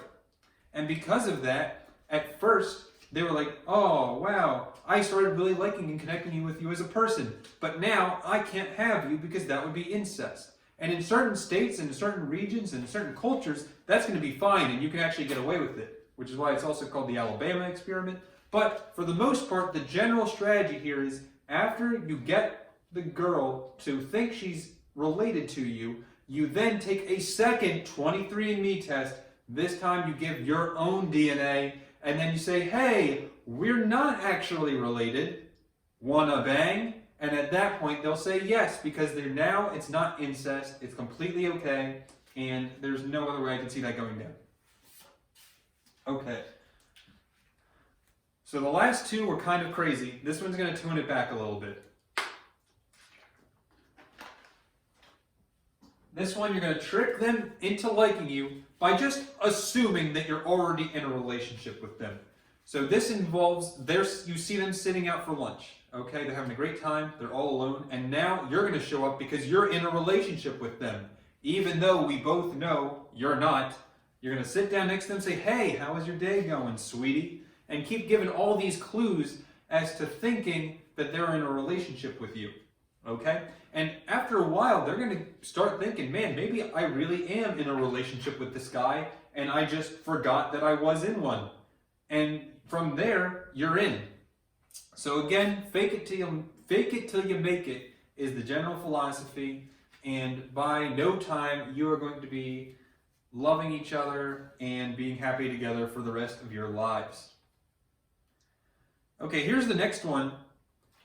This one's kind of tricky. Give a random girl on the street that you're attracted to a bowl of mashed potatoes.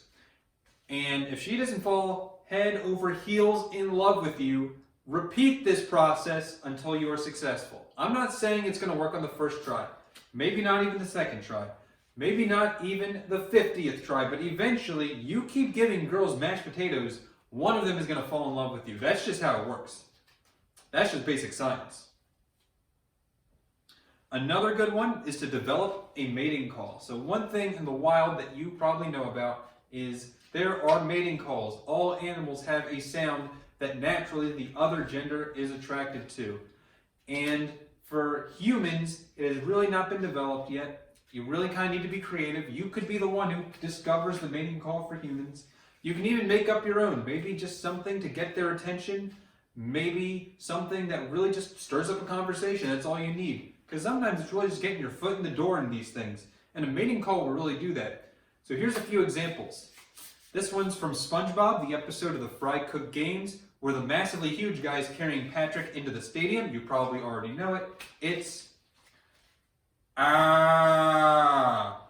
Okay? And after a girl hears that, I would be surprised if she didn't run over and start making out with you on the spot, honestly.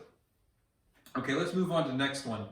This one is just involves pretending that you're Ryan Reynolds if you're a guy, or if you're a girl, pretend that you're Scarlett Johansson.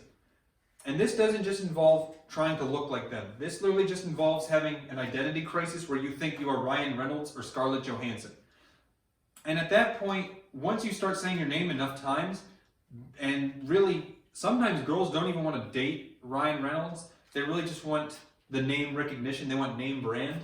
And if you just say you're Ryan Reynolds, all of a sudden they start thinking in their minds, man, I know he's not actually Ryan Reynolds, but he kind of looks like him. And that's really what you're going for here. You're not actually trying to be Ryan Reynolds. You're not trying to be Scarlett Johansson.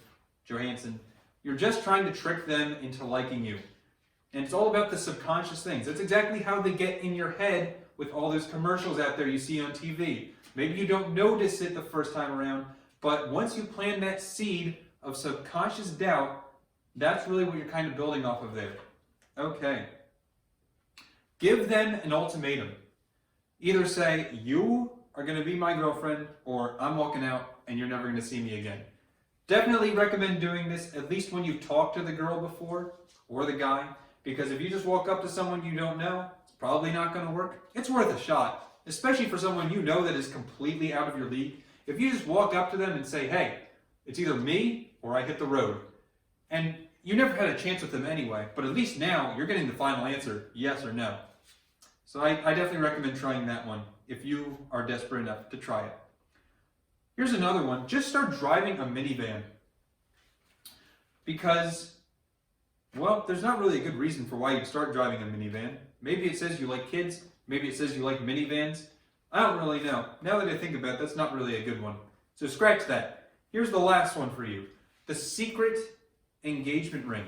So here's what you do. You buy them an engagement ring before you actually are going to engage them. Again, this can be at any point in the relationship. It can be before you even talk to them for the first time.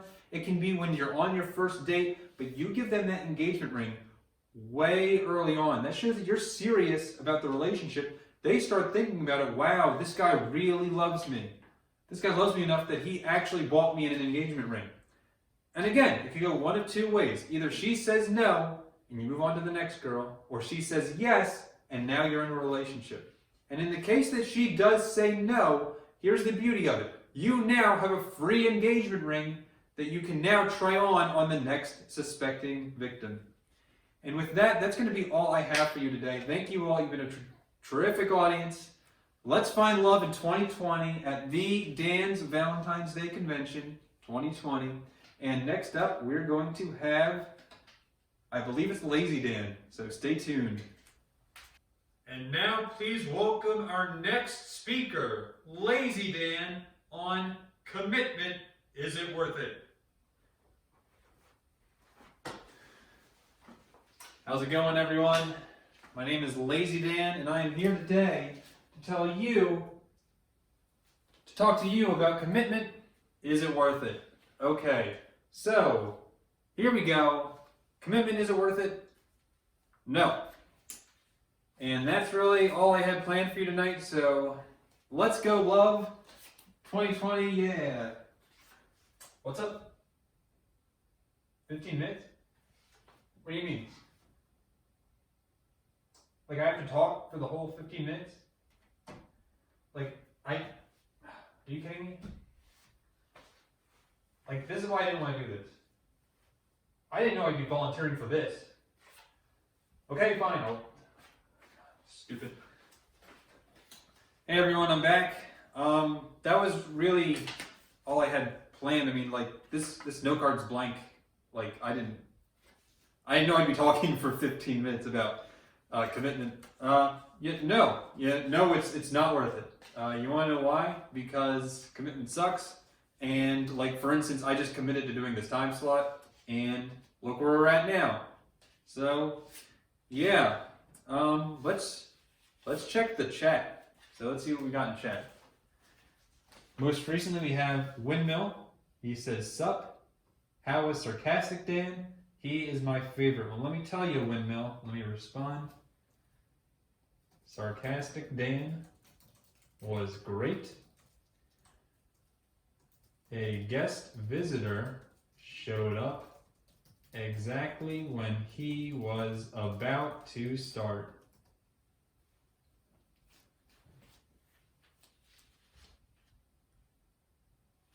Okay, so we got 2 viewers in the chat.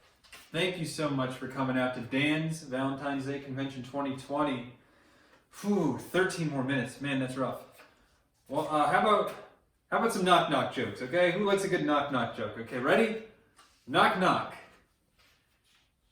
Okay, I'm assuming you're on the other end, you're saying who's there. So I'll give the next part of the joke. So knock-knock, you say who's there, and I'm going to say Olive. And now I'm assuming you've said Olive who, and now I'm going to say I love you. Because it means like, I love you. Okay. How about another one? Let's do another knock-knock joke. Okay, here we go. Knock-knock. Okay, I guess you said who's there. Interrupting cow. Moo. Okay, so if I timed that right, you said who's there at the exact moment I interrupted you by saying moo. So, yeah, hopefully you thought that was funny. The punchline was I interrupted you. If you got it out too fast, then, yeah, that didn't really work. Let's see. We got another chat request. It's from John Cooper. He says, "It's okay, Lazy Dan. You're our favorite." Oh, thanks, John. And you're my favorite, too, in terms of people named John. Yeah. So I guess if I really had to give a heartfelt speech about why commitment isn't worth it, I gotta say no. Here's why. You get roped into doing things you don't want to do all the time. Whether it be go to the pumpkin patch to pick out pumpkins, or the apple orchard to pick out apples, or the grapevine to pick out grapes. There's a lot of like fruit examples I'm thinking on the top of my head, but a lot of stuff that you really don't want to do. Okay? And if you're in a relationship, you're going to be forced into all of those things. And if you're not in a relationship, there's no commitment, no strings attached, no nothing. You get to do whatever you want, when you want. Let me tell you about the beauty of being commitmentless free. Every morning, I get to go to the bathroom, and I get to have the lights off if I want to. I can have the door open, and I can sing as loudly as I want while I'm dropping a deuce. So I don't know about you, that sounds great to me, okay? So those are just some of the things to think about when it comes to commitment. Another thing to keep in mind, think about all the times that you have to emotionally support your boyfriend or girlfriend. Let's say they're going through a tough time at work. You know, all these people are talking about them behind their back. And between you and me, for good reason, and you're getting tired of them, and you kind of want to just ditch them. Well, tell you what, if you're not in a relationship, there's nothing to ditch. You never have to have that awkward conversation about why they can't get along with friends and coworkers at work. Because all you need to do when you're not in a relationship is sit on the couch, eat potato chips, and watch TV. You don't even have to watch potato chips. You don't even need to eat potato chips. It can be pretzels. It can be salsa. Well, I guess then you would need the chips. You can have crackers. You can have popcorn. You can make your own steak dinner. It doesn't even have to be romantic. You can just make a steak dinner for yourself. It's great, let me tell you. But the point is that you don't need any of those things to be in a relationship. You do not need to be in a relationship to have any of those things. There are so many things you can do without being in a committed relationship that you are just tied down to and locked down once you're in one. Okay? So let's see.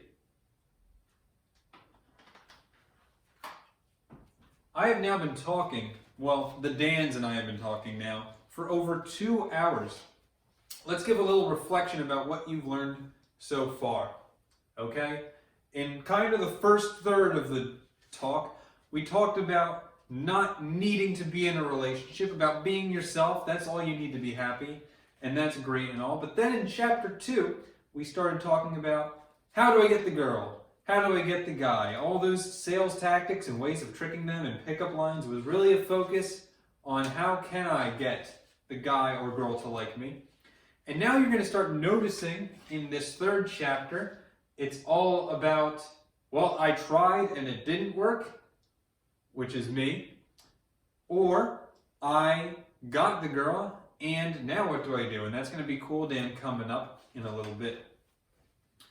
So yeah, it's been a great night so far. We've made so many lucky singles out there, that much closer to finding love. And that's really what it is at the end of the day. If you can just take one step closer to finding your true love, then I would say, hey, I did my job. I don't know what your job is. Maybe your job is you actually have to get the girl, but I did my part. I instructed you, we instructed you on giving you the tips that you need to get any girl you want out there.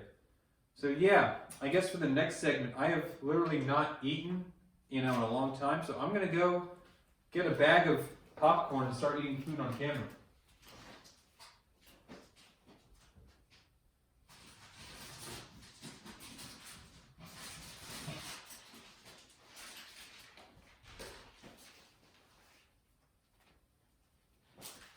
So this is one of my favorite snacks.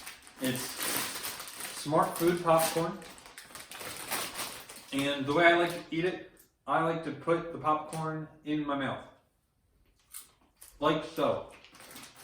Sometimes I go for one at a time. Other times I be a little adventurous. I grab a whole handful and shove that in my mouth.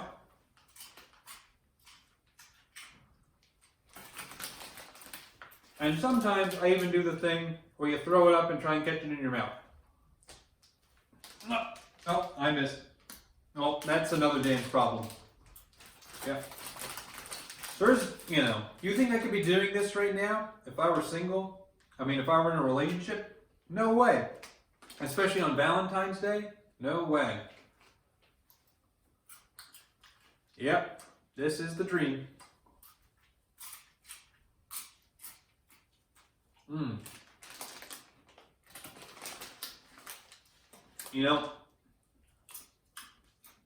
Of all the foods that get stuck on your fingers, there's not many better than the taste of white cheddar from Smart Food popcorn.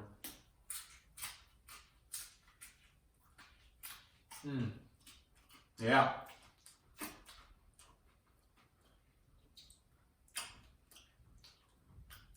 I'm going to put this away real quick. I'll be back in 1 second.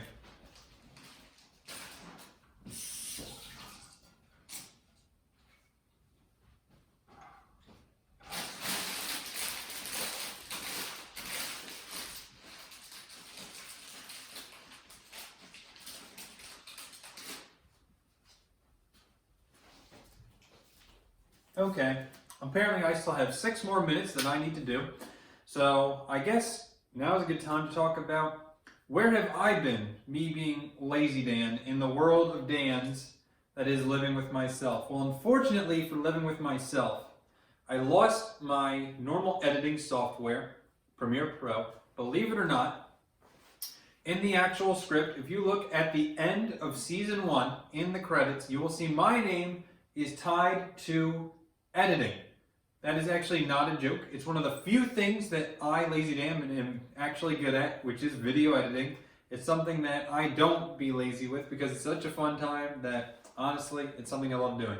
So it's something I like to put a lot of effort into, and it's something also that I cannot do anymore because I lost my Premiere Pro license, which means I've recently been using another one, which is called Filmora. I got it because I thought it was free. It was free until I had to export my first video. If I didn't want a giant watermark that said Filmora on it, I had to pay $35 to get a yearly subscription for it.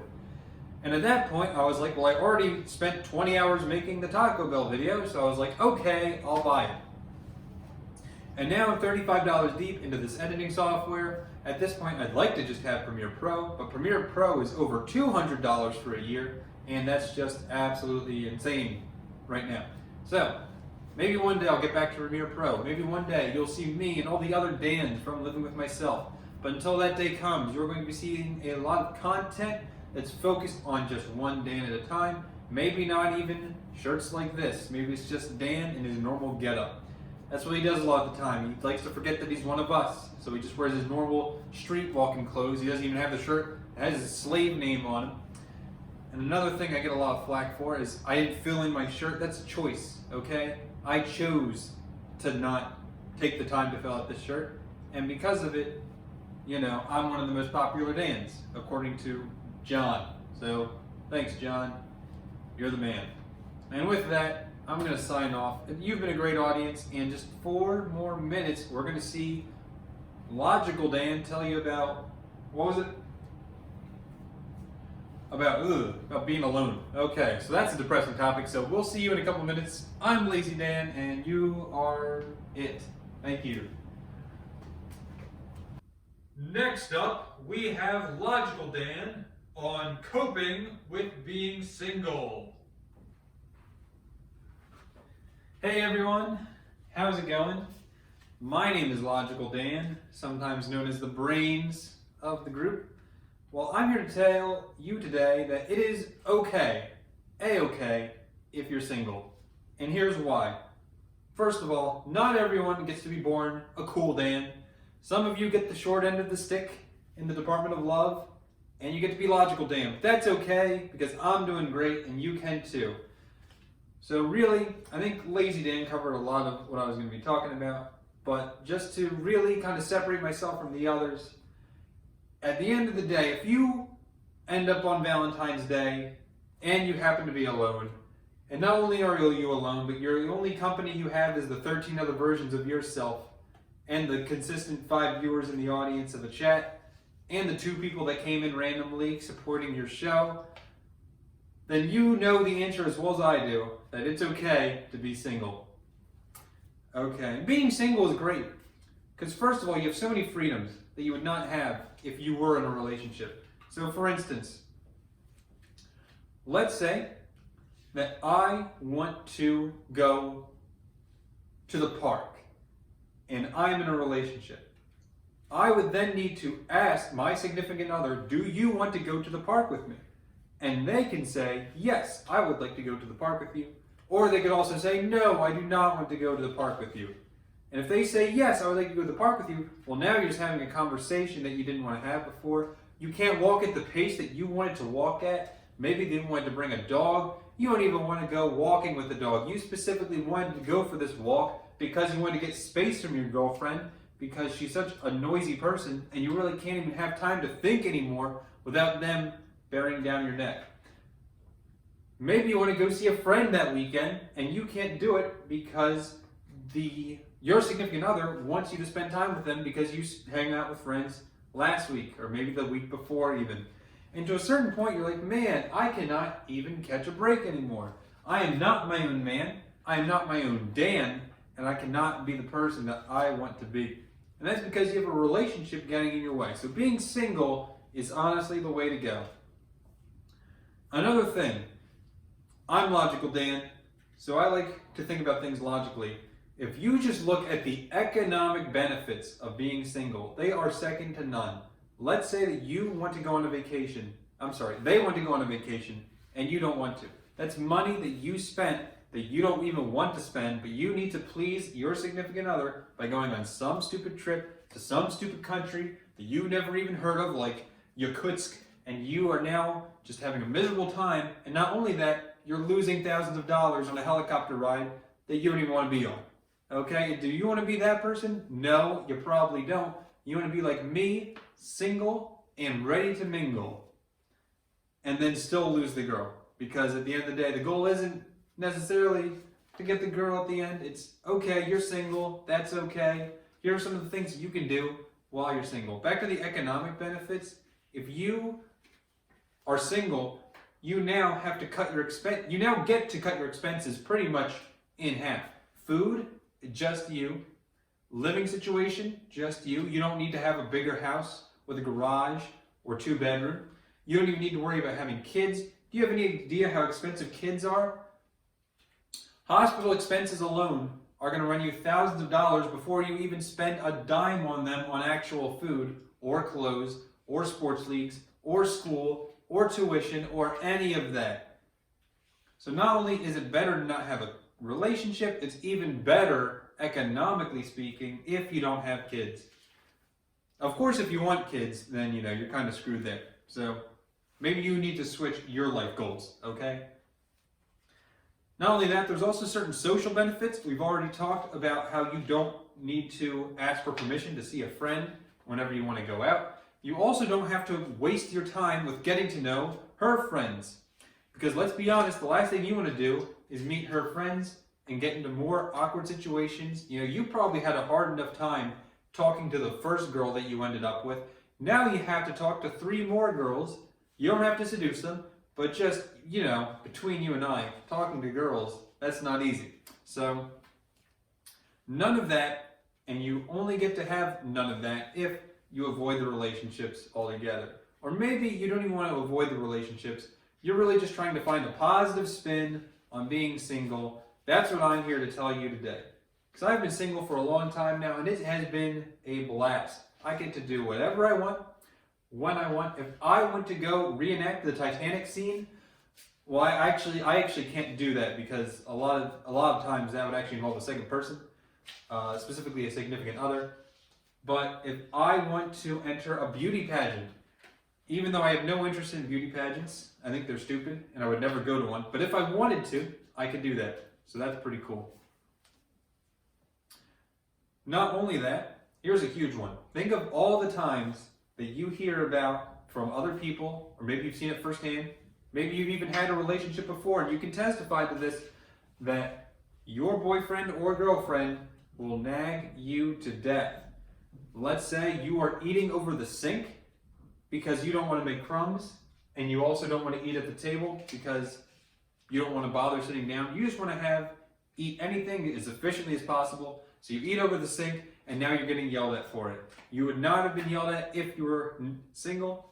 You would also be able to, what's another good example? Squeeze the toothpaste out of the middle. So normally people advocate for squeezing the tube of toothpaste at the end because it gives the most efficient burst at the end of it. But you can squeeze that tube of toothpaste wherever you want when you're single. So those are some things to think about going into a single life, Not only what am I giving up, but what do I get to do when I'm single? I get to have the kind of milk I want.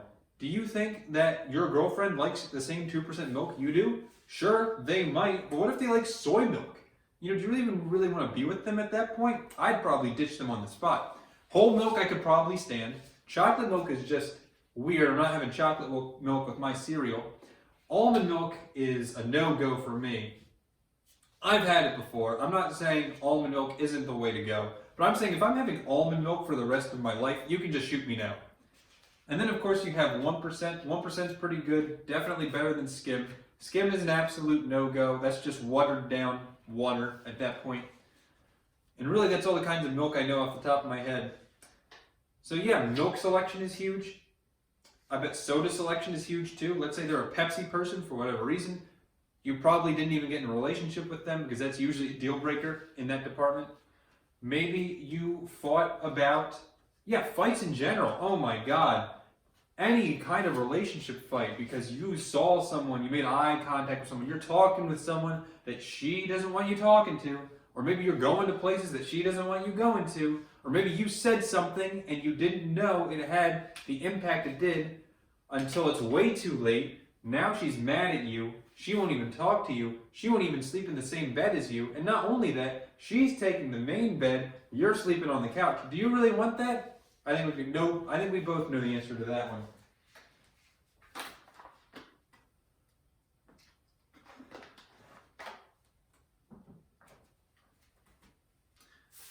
So that's that.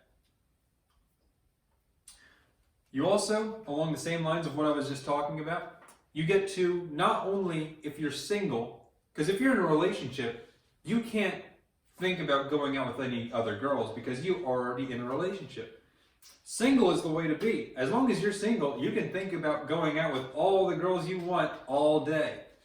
The only downside is you don't actually get to go out with them, but that's okay because you're single and you can do that all day and just hope that one day things will change. Another thing, the bed situation. Let's be honest. I don't know how people in relationships do it. They sleep in a bed with another human. I couldn't do that because here's why. You want to share a space of sleeping with someone? There's a bunch of problems with that. I don't know how you're going to fall asleep, first of all, when they're tossing and turning. Maybe they're talking in their sleep. Maybe they're on the computer when you were just trying to shut your eyes and they can't take a hint. Once they do finally go in bed, they want to cuddle. And you can't sleep when you're making physical contact with another person. That's just you. Especially not when they're breathing on you and they're a mouth breather. Let's be honest. It is way better. Even if you are in a relationship, just get separate beds. That's all I'm saying. And last but not least, it's relevant, it's topical, it's Valentine's Day. If you're on Valentine's Day and you're single, life could not be easier for you. Unless you pledge to an audience that you are going to give a live stream for a Valentine's Day show about how to find love, then there is no responsibility, no flowers, no money spent, no restaurants, no movies to go see, no nothing, okay? And nothing beats that. I'm going to leave you with that. We're going to have our last speaker of the night coming up next. It's Cool Dan, and he's going to be teaching you all about how, once you do get the relationship, then what do you do there? So stay tuned. And now, for our last speaker of tonight, please give a warm welcome to everyone's favorite Dan, Cool Dan! Yeah, let's go. My name is Cool Dan, and I'm here to tell you about one very specific topic. I got the girl. Now what? A common problem that I have all the time, and I'm sure you have some of the time. So this whole night we've been talking about how to find love. And some, other guys saying, oh, it's okay to be single. But let's be honest. It's cool being single, but it's really cool being in a relationship. But now you gotta wonder, I got the relationship, I got the girl, I got the guy, now what? And the way I see it, you got to this point in one of three ways. One, she said yes. Two, she got knocked up. Or three, you killed a man in a boxing match, and now you need to run away with your significant other on a motorcycle while escaping Marcellus Wallace. Pulp Fiction. There's, of course, the other possibility where she's okay with drawing you naked and you're on a cruise ship and that ship is starting to sink and you have no choice but to use the solidarity of the relationship that you formed in such a short time to carry you through a sinking ship and ultimately give up your life at the end of it. That's another possibility of how you got in the situation you're in. Another one is you found a genie lamp and you used one of your wishes to become a prince that can marry the princess. And you also found a magic carpet along the way. And you're flying along looking at the skyscrapers. And of course, how can any girl say no to that? So that's another way you can find yourself in the position you're at right now. You got the girl.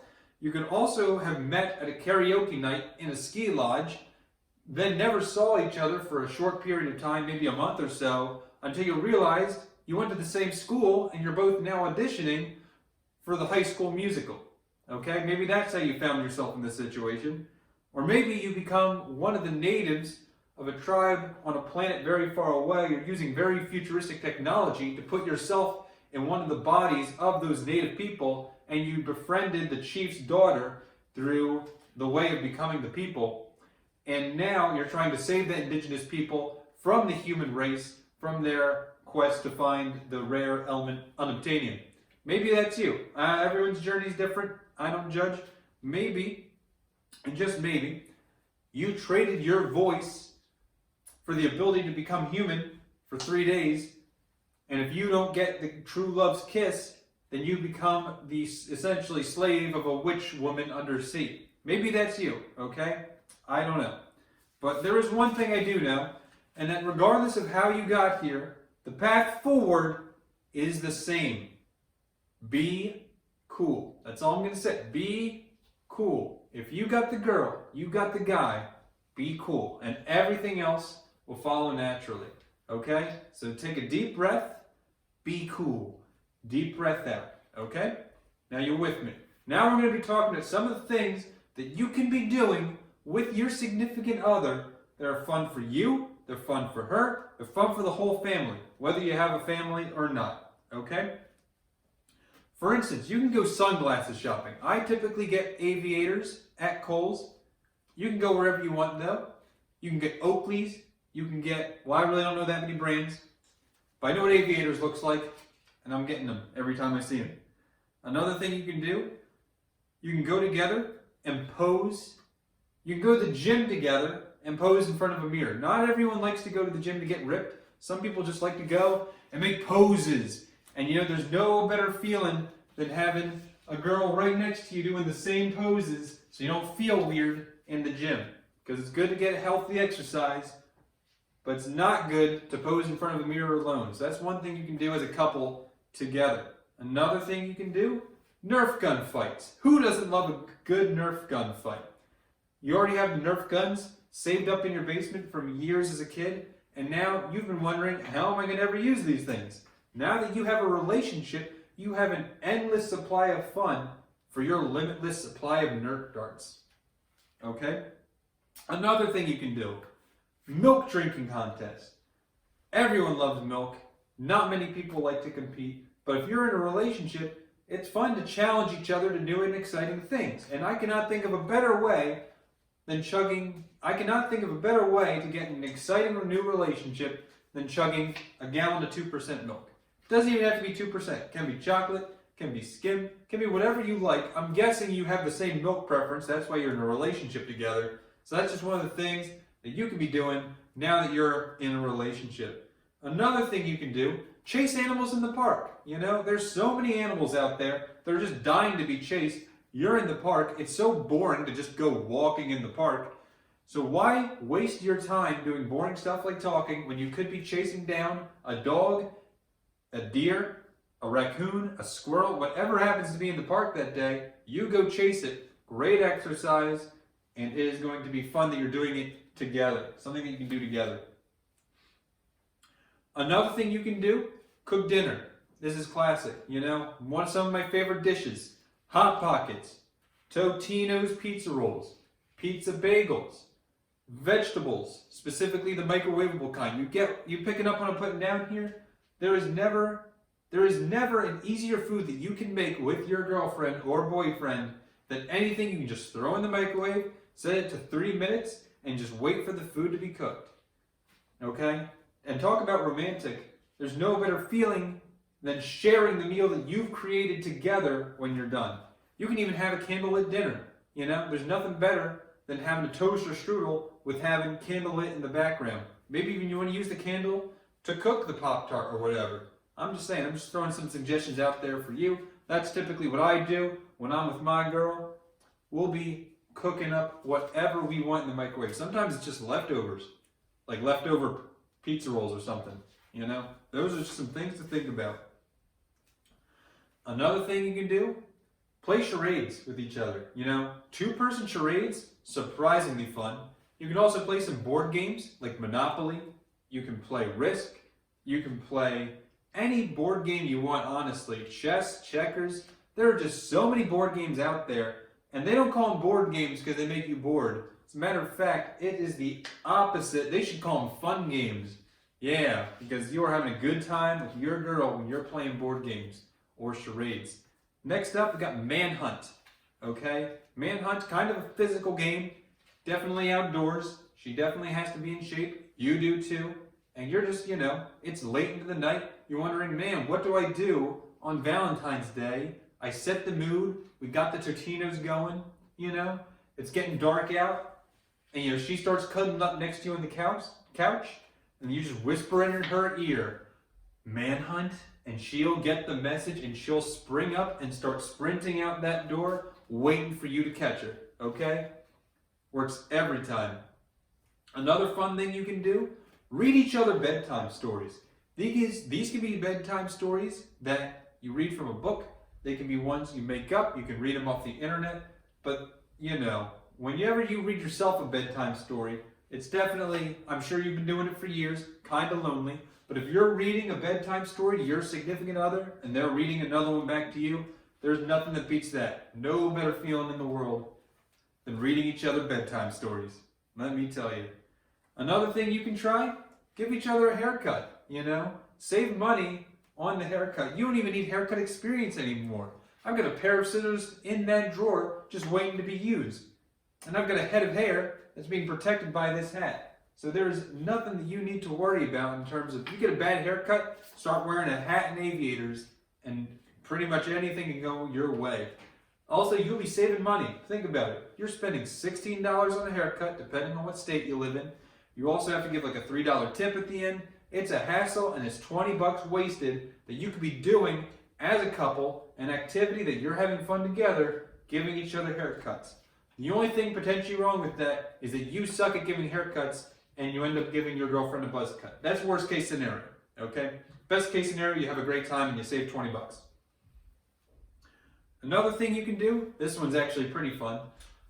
Bring real golf clubs to a miniature golf course, okay? Go balls to the wall, get your driver out on hole number 1 and swing for the fences. It'll probably go out of bounds, but that's why you take a drop 1 foot from the boundary. That's when you get your chipping wedge, you pitch up, and then once you're close enough, you can finally tap it in with your putter, okay?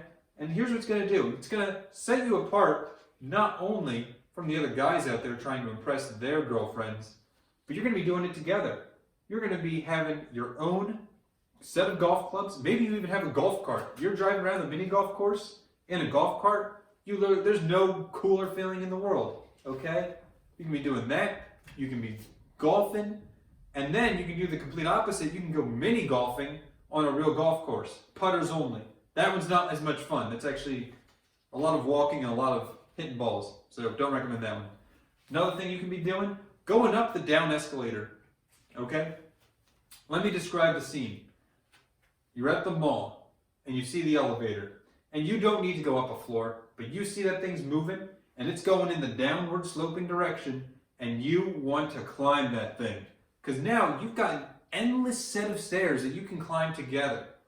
Think of it like this. It's an expression of your endless love for each other, that every step you take is another step that you are taking with her up that elevator, knowing that you'll never reach the end, but also knowing that you're doing it together. Okay, so those are some things you can do together. And one last thing I'm going to recommend for you, go hat shopping. You know, there are so many hats out there you can get. You can get snapbacks, you can get not snapbacks, you can get blue hats, you can get fedoras, you can get pirate hats, you can get cowboy hats. There are so many hats that you can choose from. I prefer to get my hats that are already backwards, so I don't have to install the backwards function on them. And that's pretty much all my suggestions I have for you for not only getting the girl, but once you get her, how you can have fun together as a couple. My name is Cool Dan, and it's been great seeing you. We're going to kick things out with Dan leading up to the final conclusion and closing ceremonies. Thank you all so much for attending Dan's Valentine's Day Convention 2020. It's been a real ride, and we'll see you soon. Don't miss it. Hey everyone, my name is Dan. Thank you again so much for coming out to Dan's Valentine's Day Convention 2020. We hope to see all of you next year. I am not promising I'm doing this again. This was a ton of work. I had the idea Sunday night. I put as much time as I could into it. I spent, I don't know how many hours, but I can tell you I stayed up until 1 a.m. the past 2 nights trying to put this thing together and the I Love Lamp video. Honestly, I Love Lamp, one of my best videos I think so far. Here she is. Everyone give a round of applause for Lamp. She did an awesome job in that video, and you can probably see her in at least one more video, maybe in the background or whatever. So again, thank you all for coming.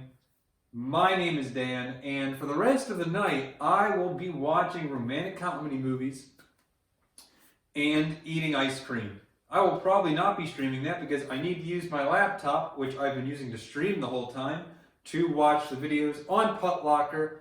everyone knows Put Locker, the best way to legally watch your online movies for free. And one more thing, I wish I could have done this live stream through my phone. I have no idea how well the audio came out with this. I hope it came out well, but literally YouTube does not let you live stream through your phone unless you're a partner with YouTube. So once that day comes, and instead of having 5 viewers, I have 5,000, then I'll be able to stream on my phone. But until that day comes, laptop hopefully worked for today.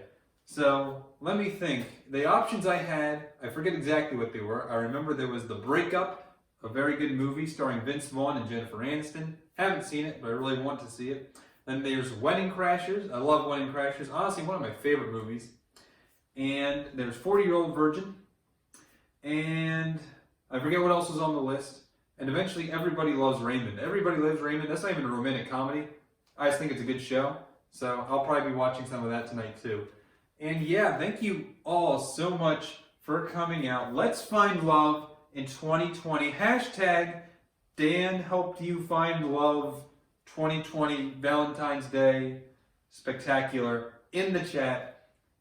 Yeah, and that's pretty much it. Thank you again all so much for coming. Bye-bye, and I'll see you probably not next week because this was so much work. I am definitely taking a break a little bit, but in 2 weeks, you'll probably be able to expect the next Weezy video. And that's going to do it. So, yeah. Woo! Yeah, that was fun. Hey, Google, tune us out with some music, specifically pop-punk music from the early 2000s. Can you do that for me? Sorry, I'm not sure how to help. Okay, Google, play pop-punk music from the early 2000s. To do that on YouTube Music, you'll need a premium membership.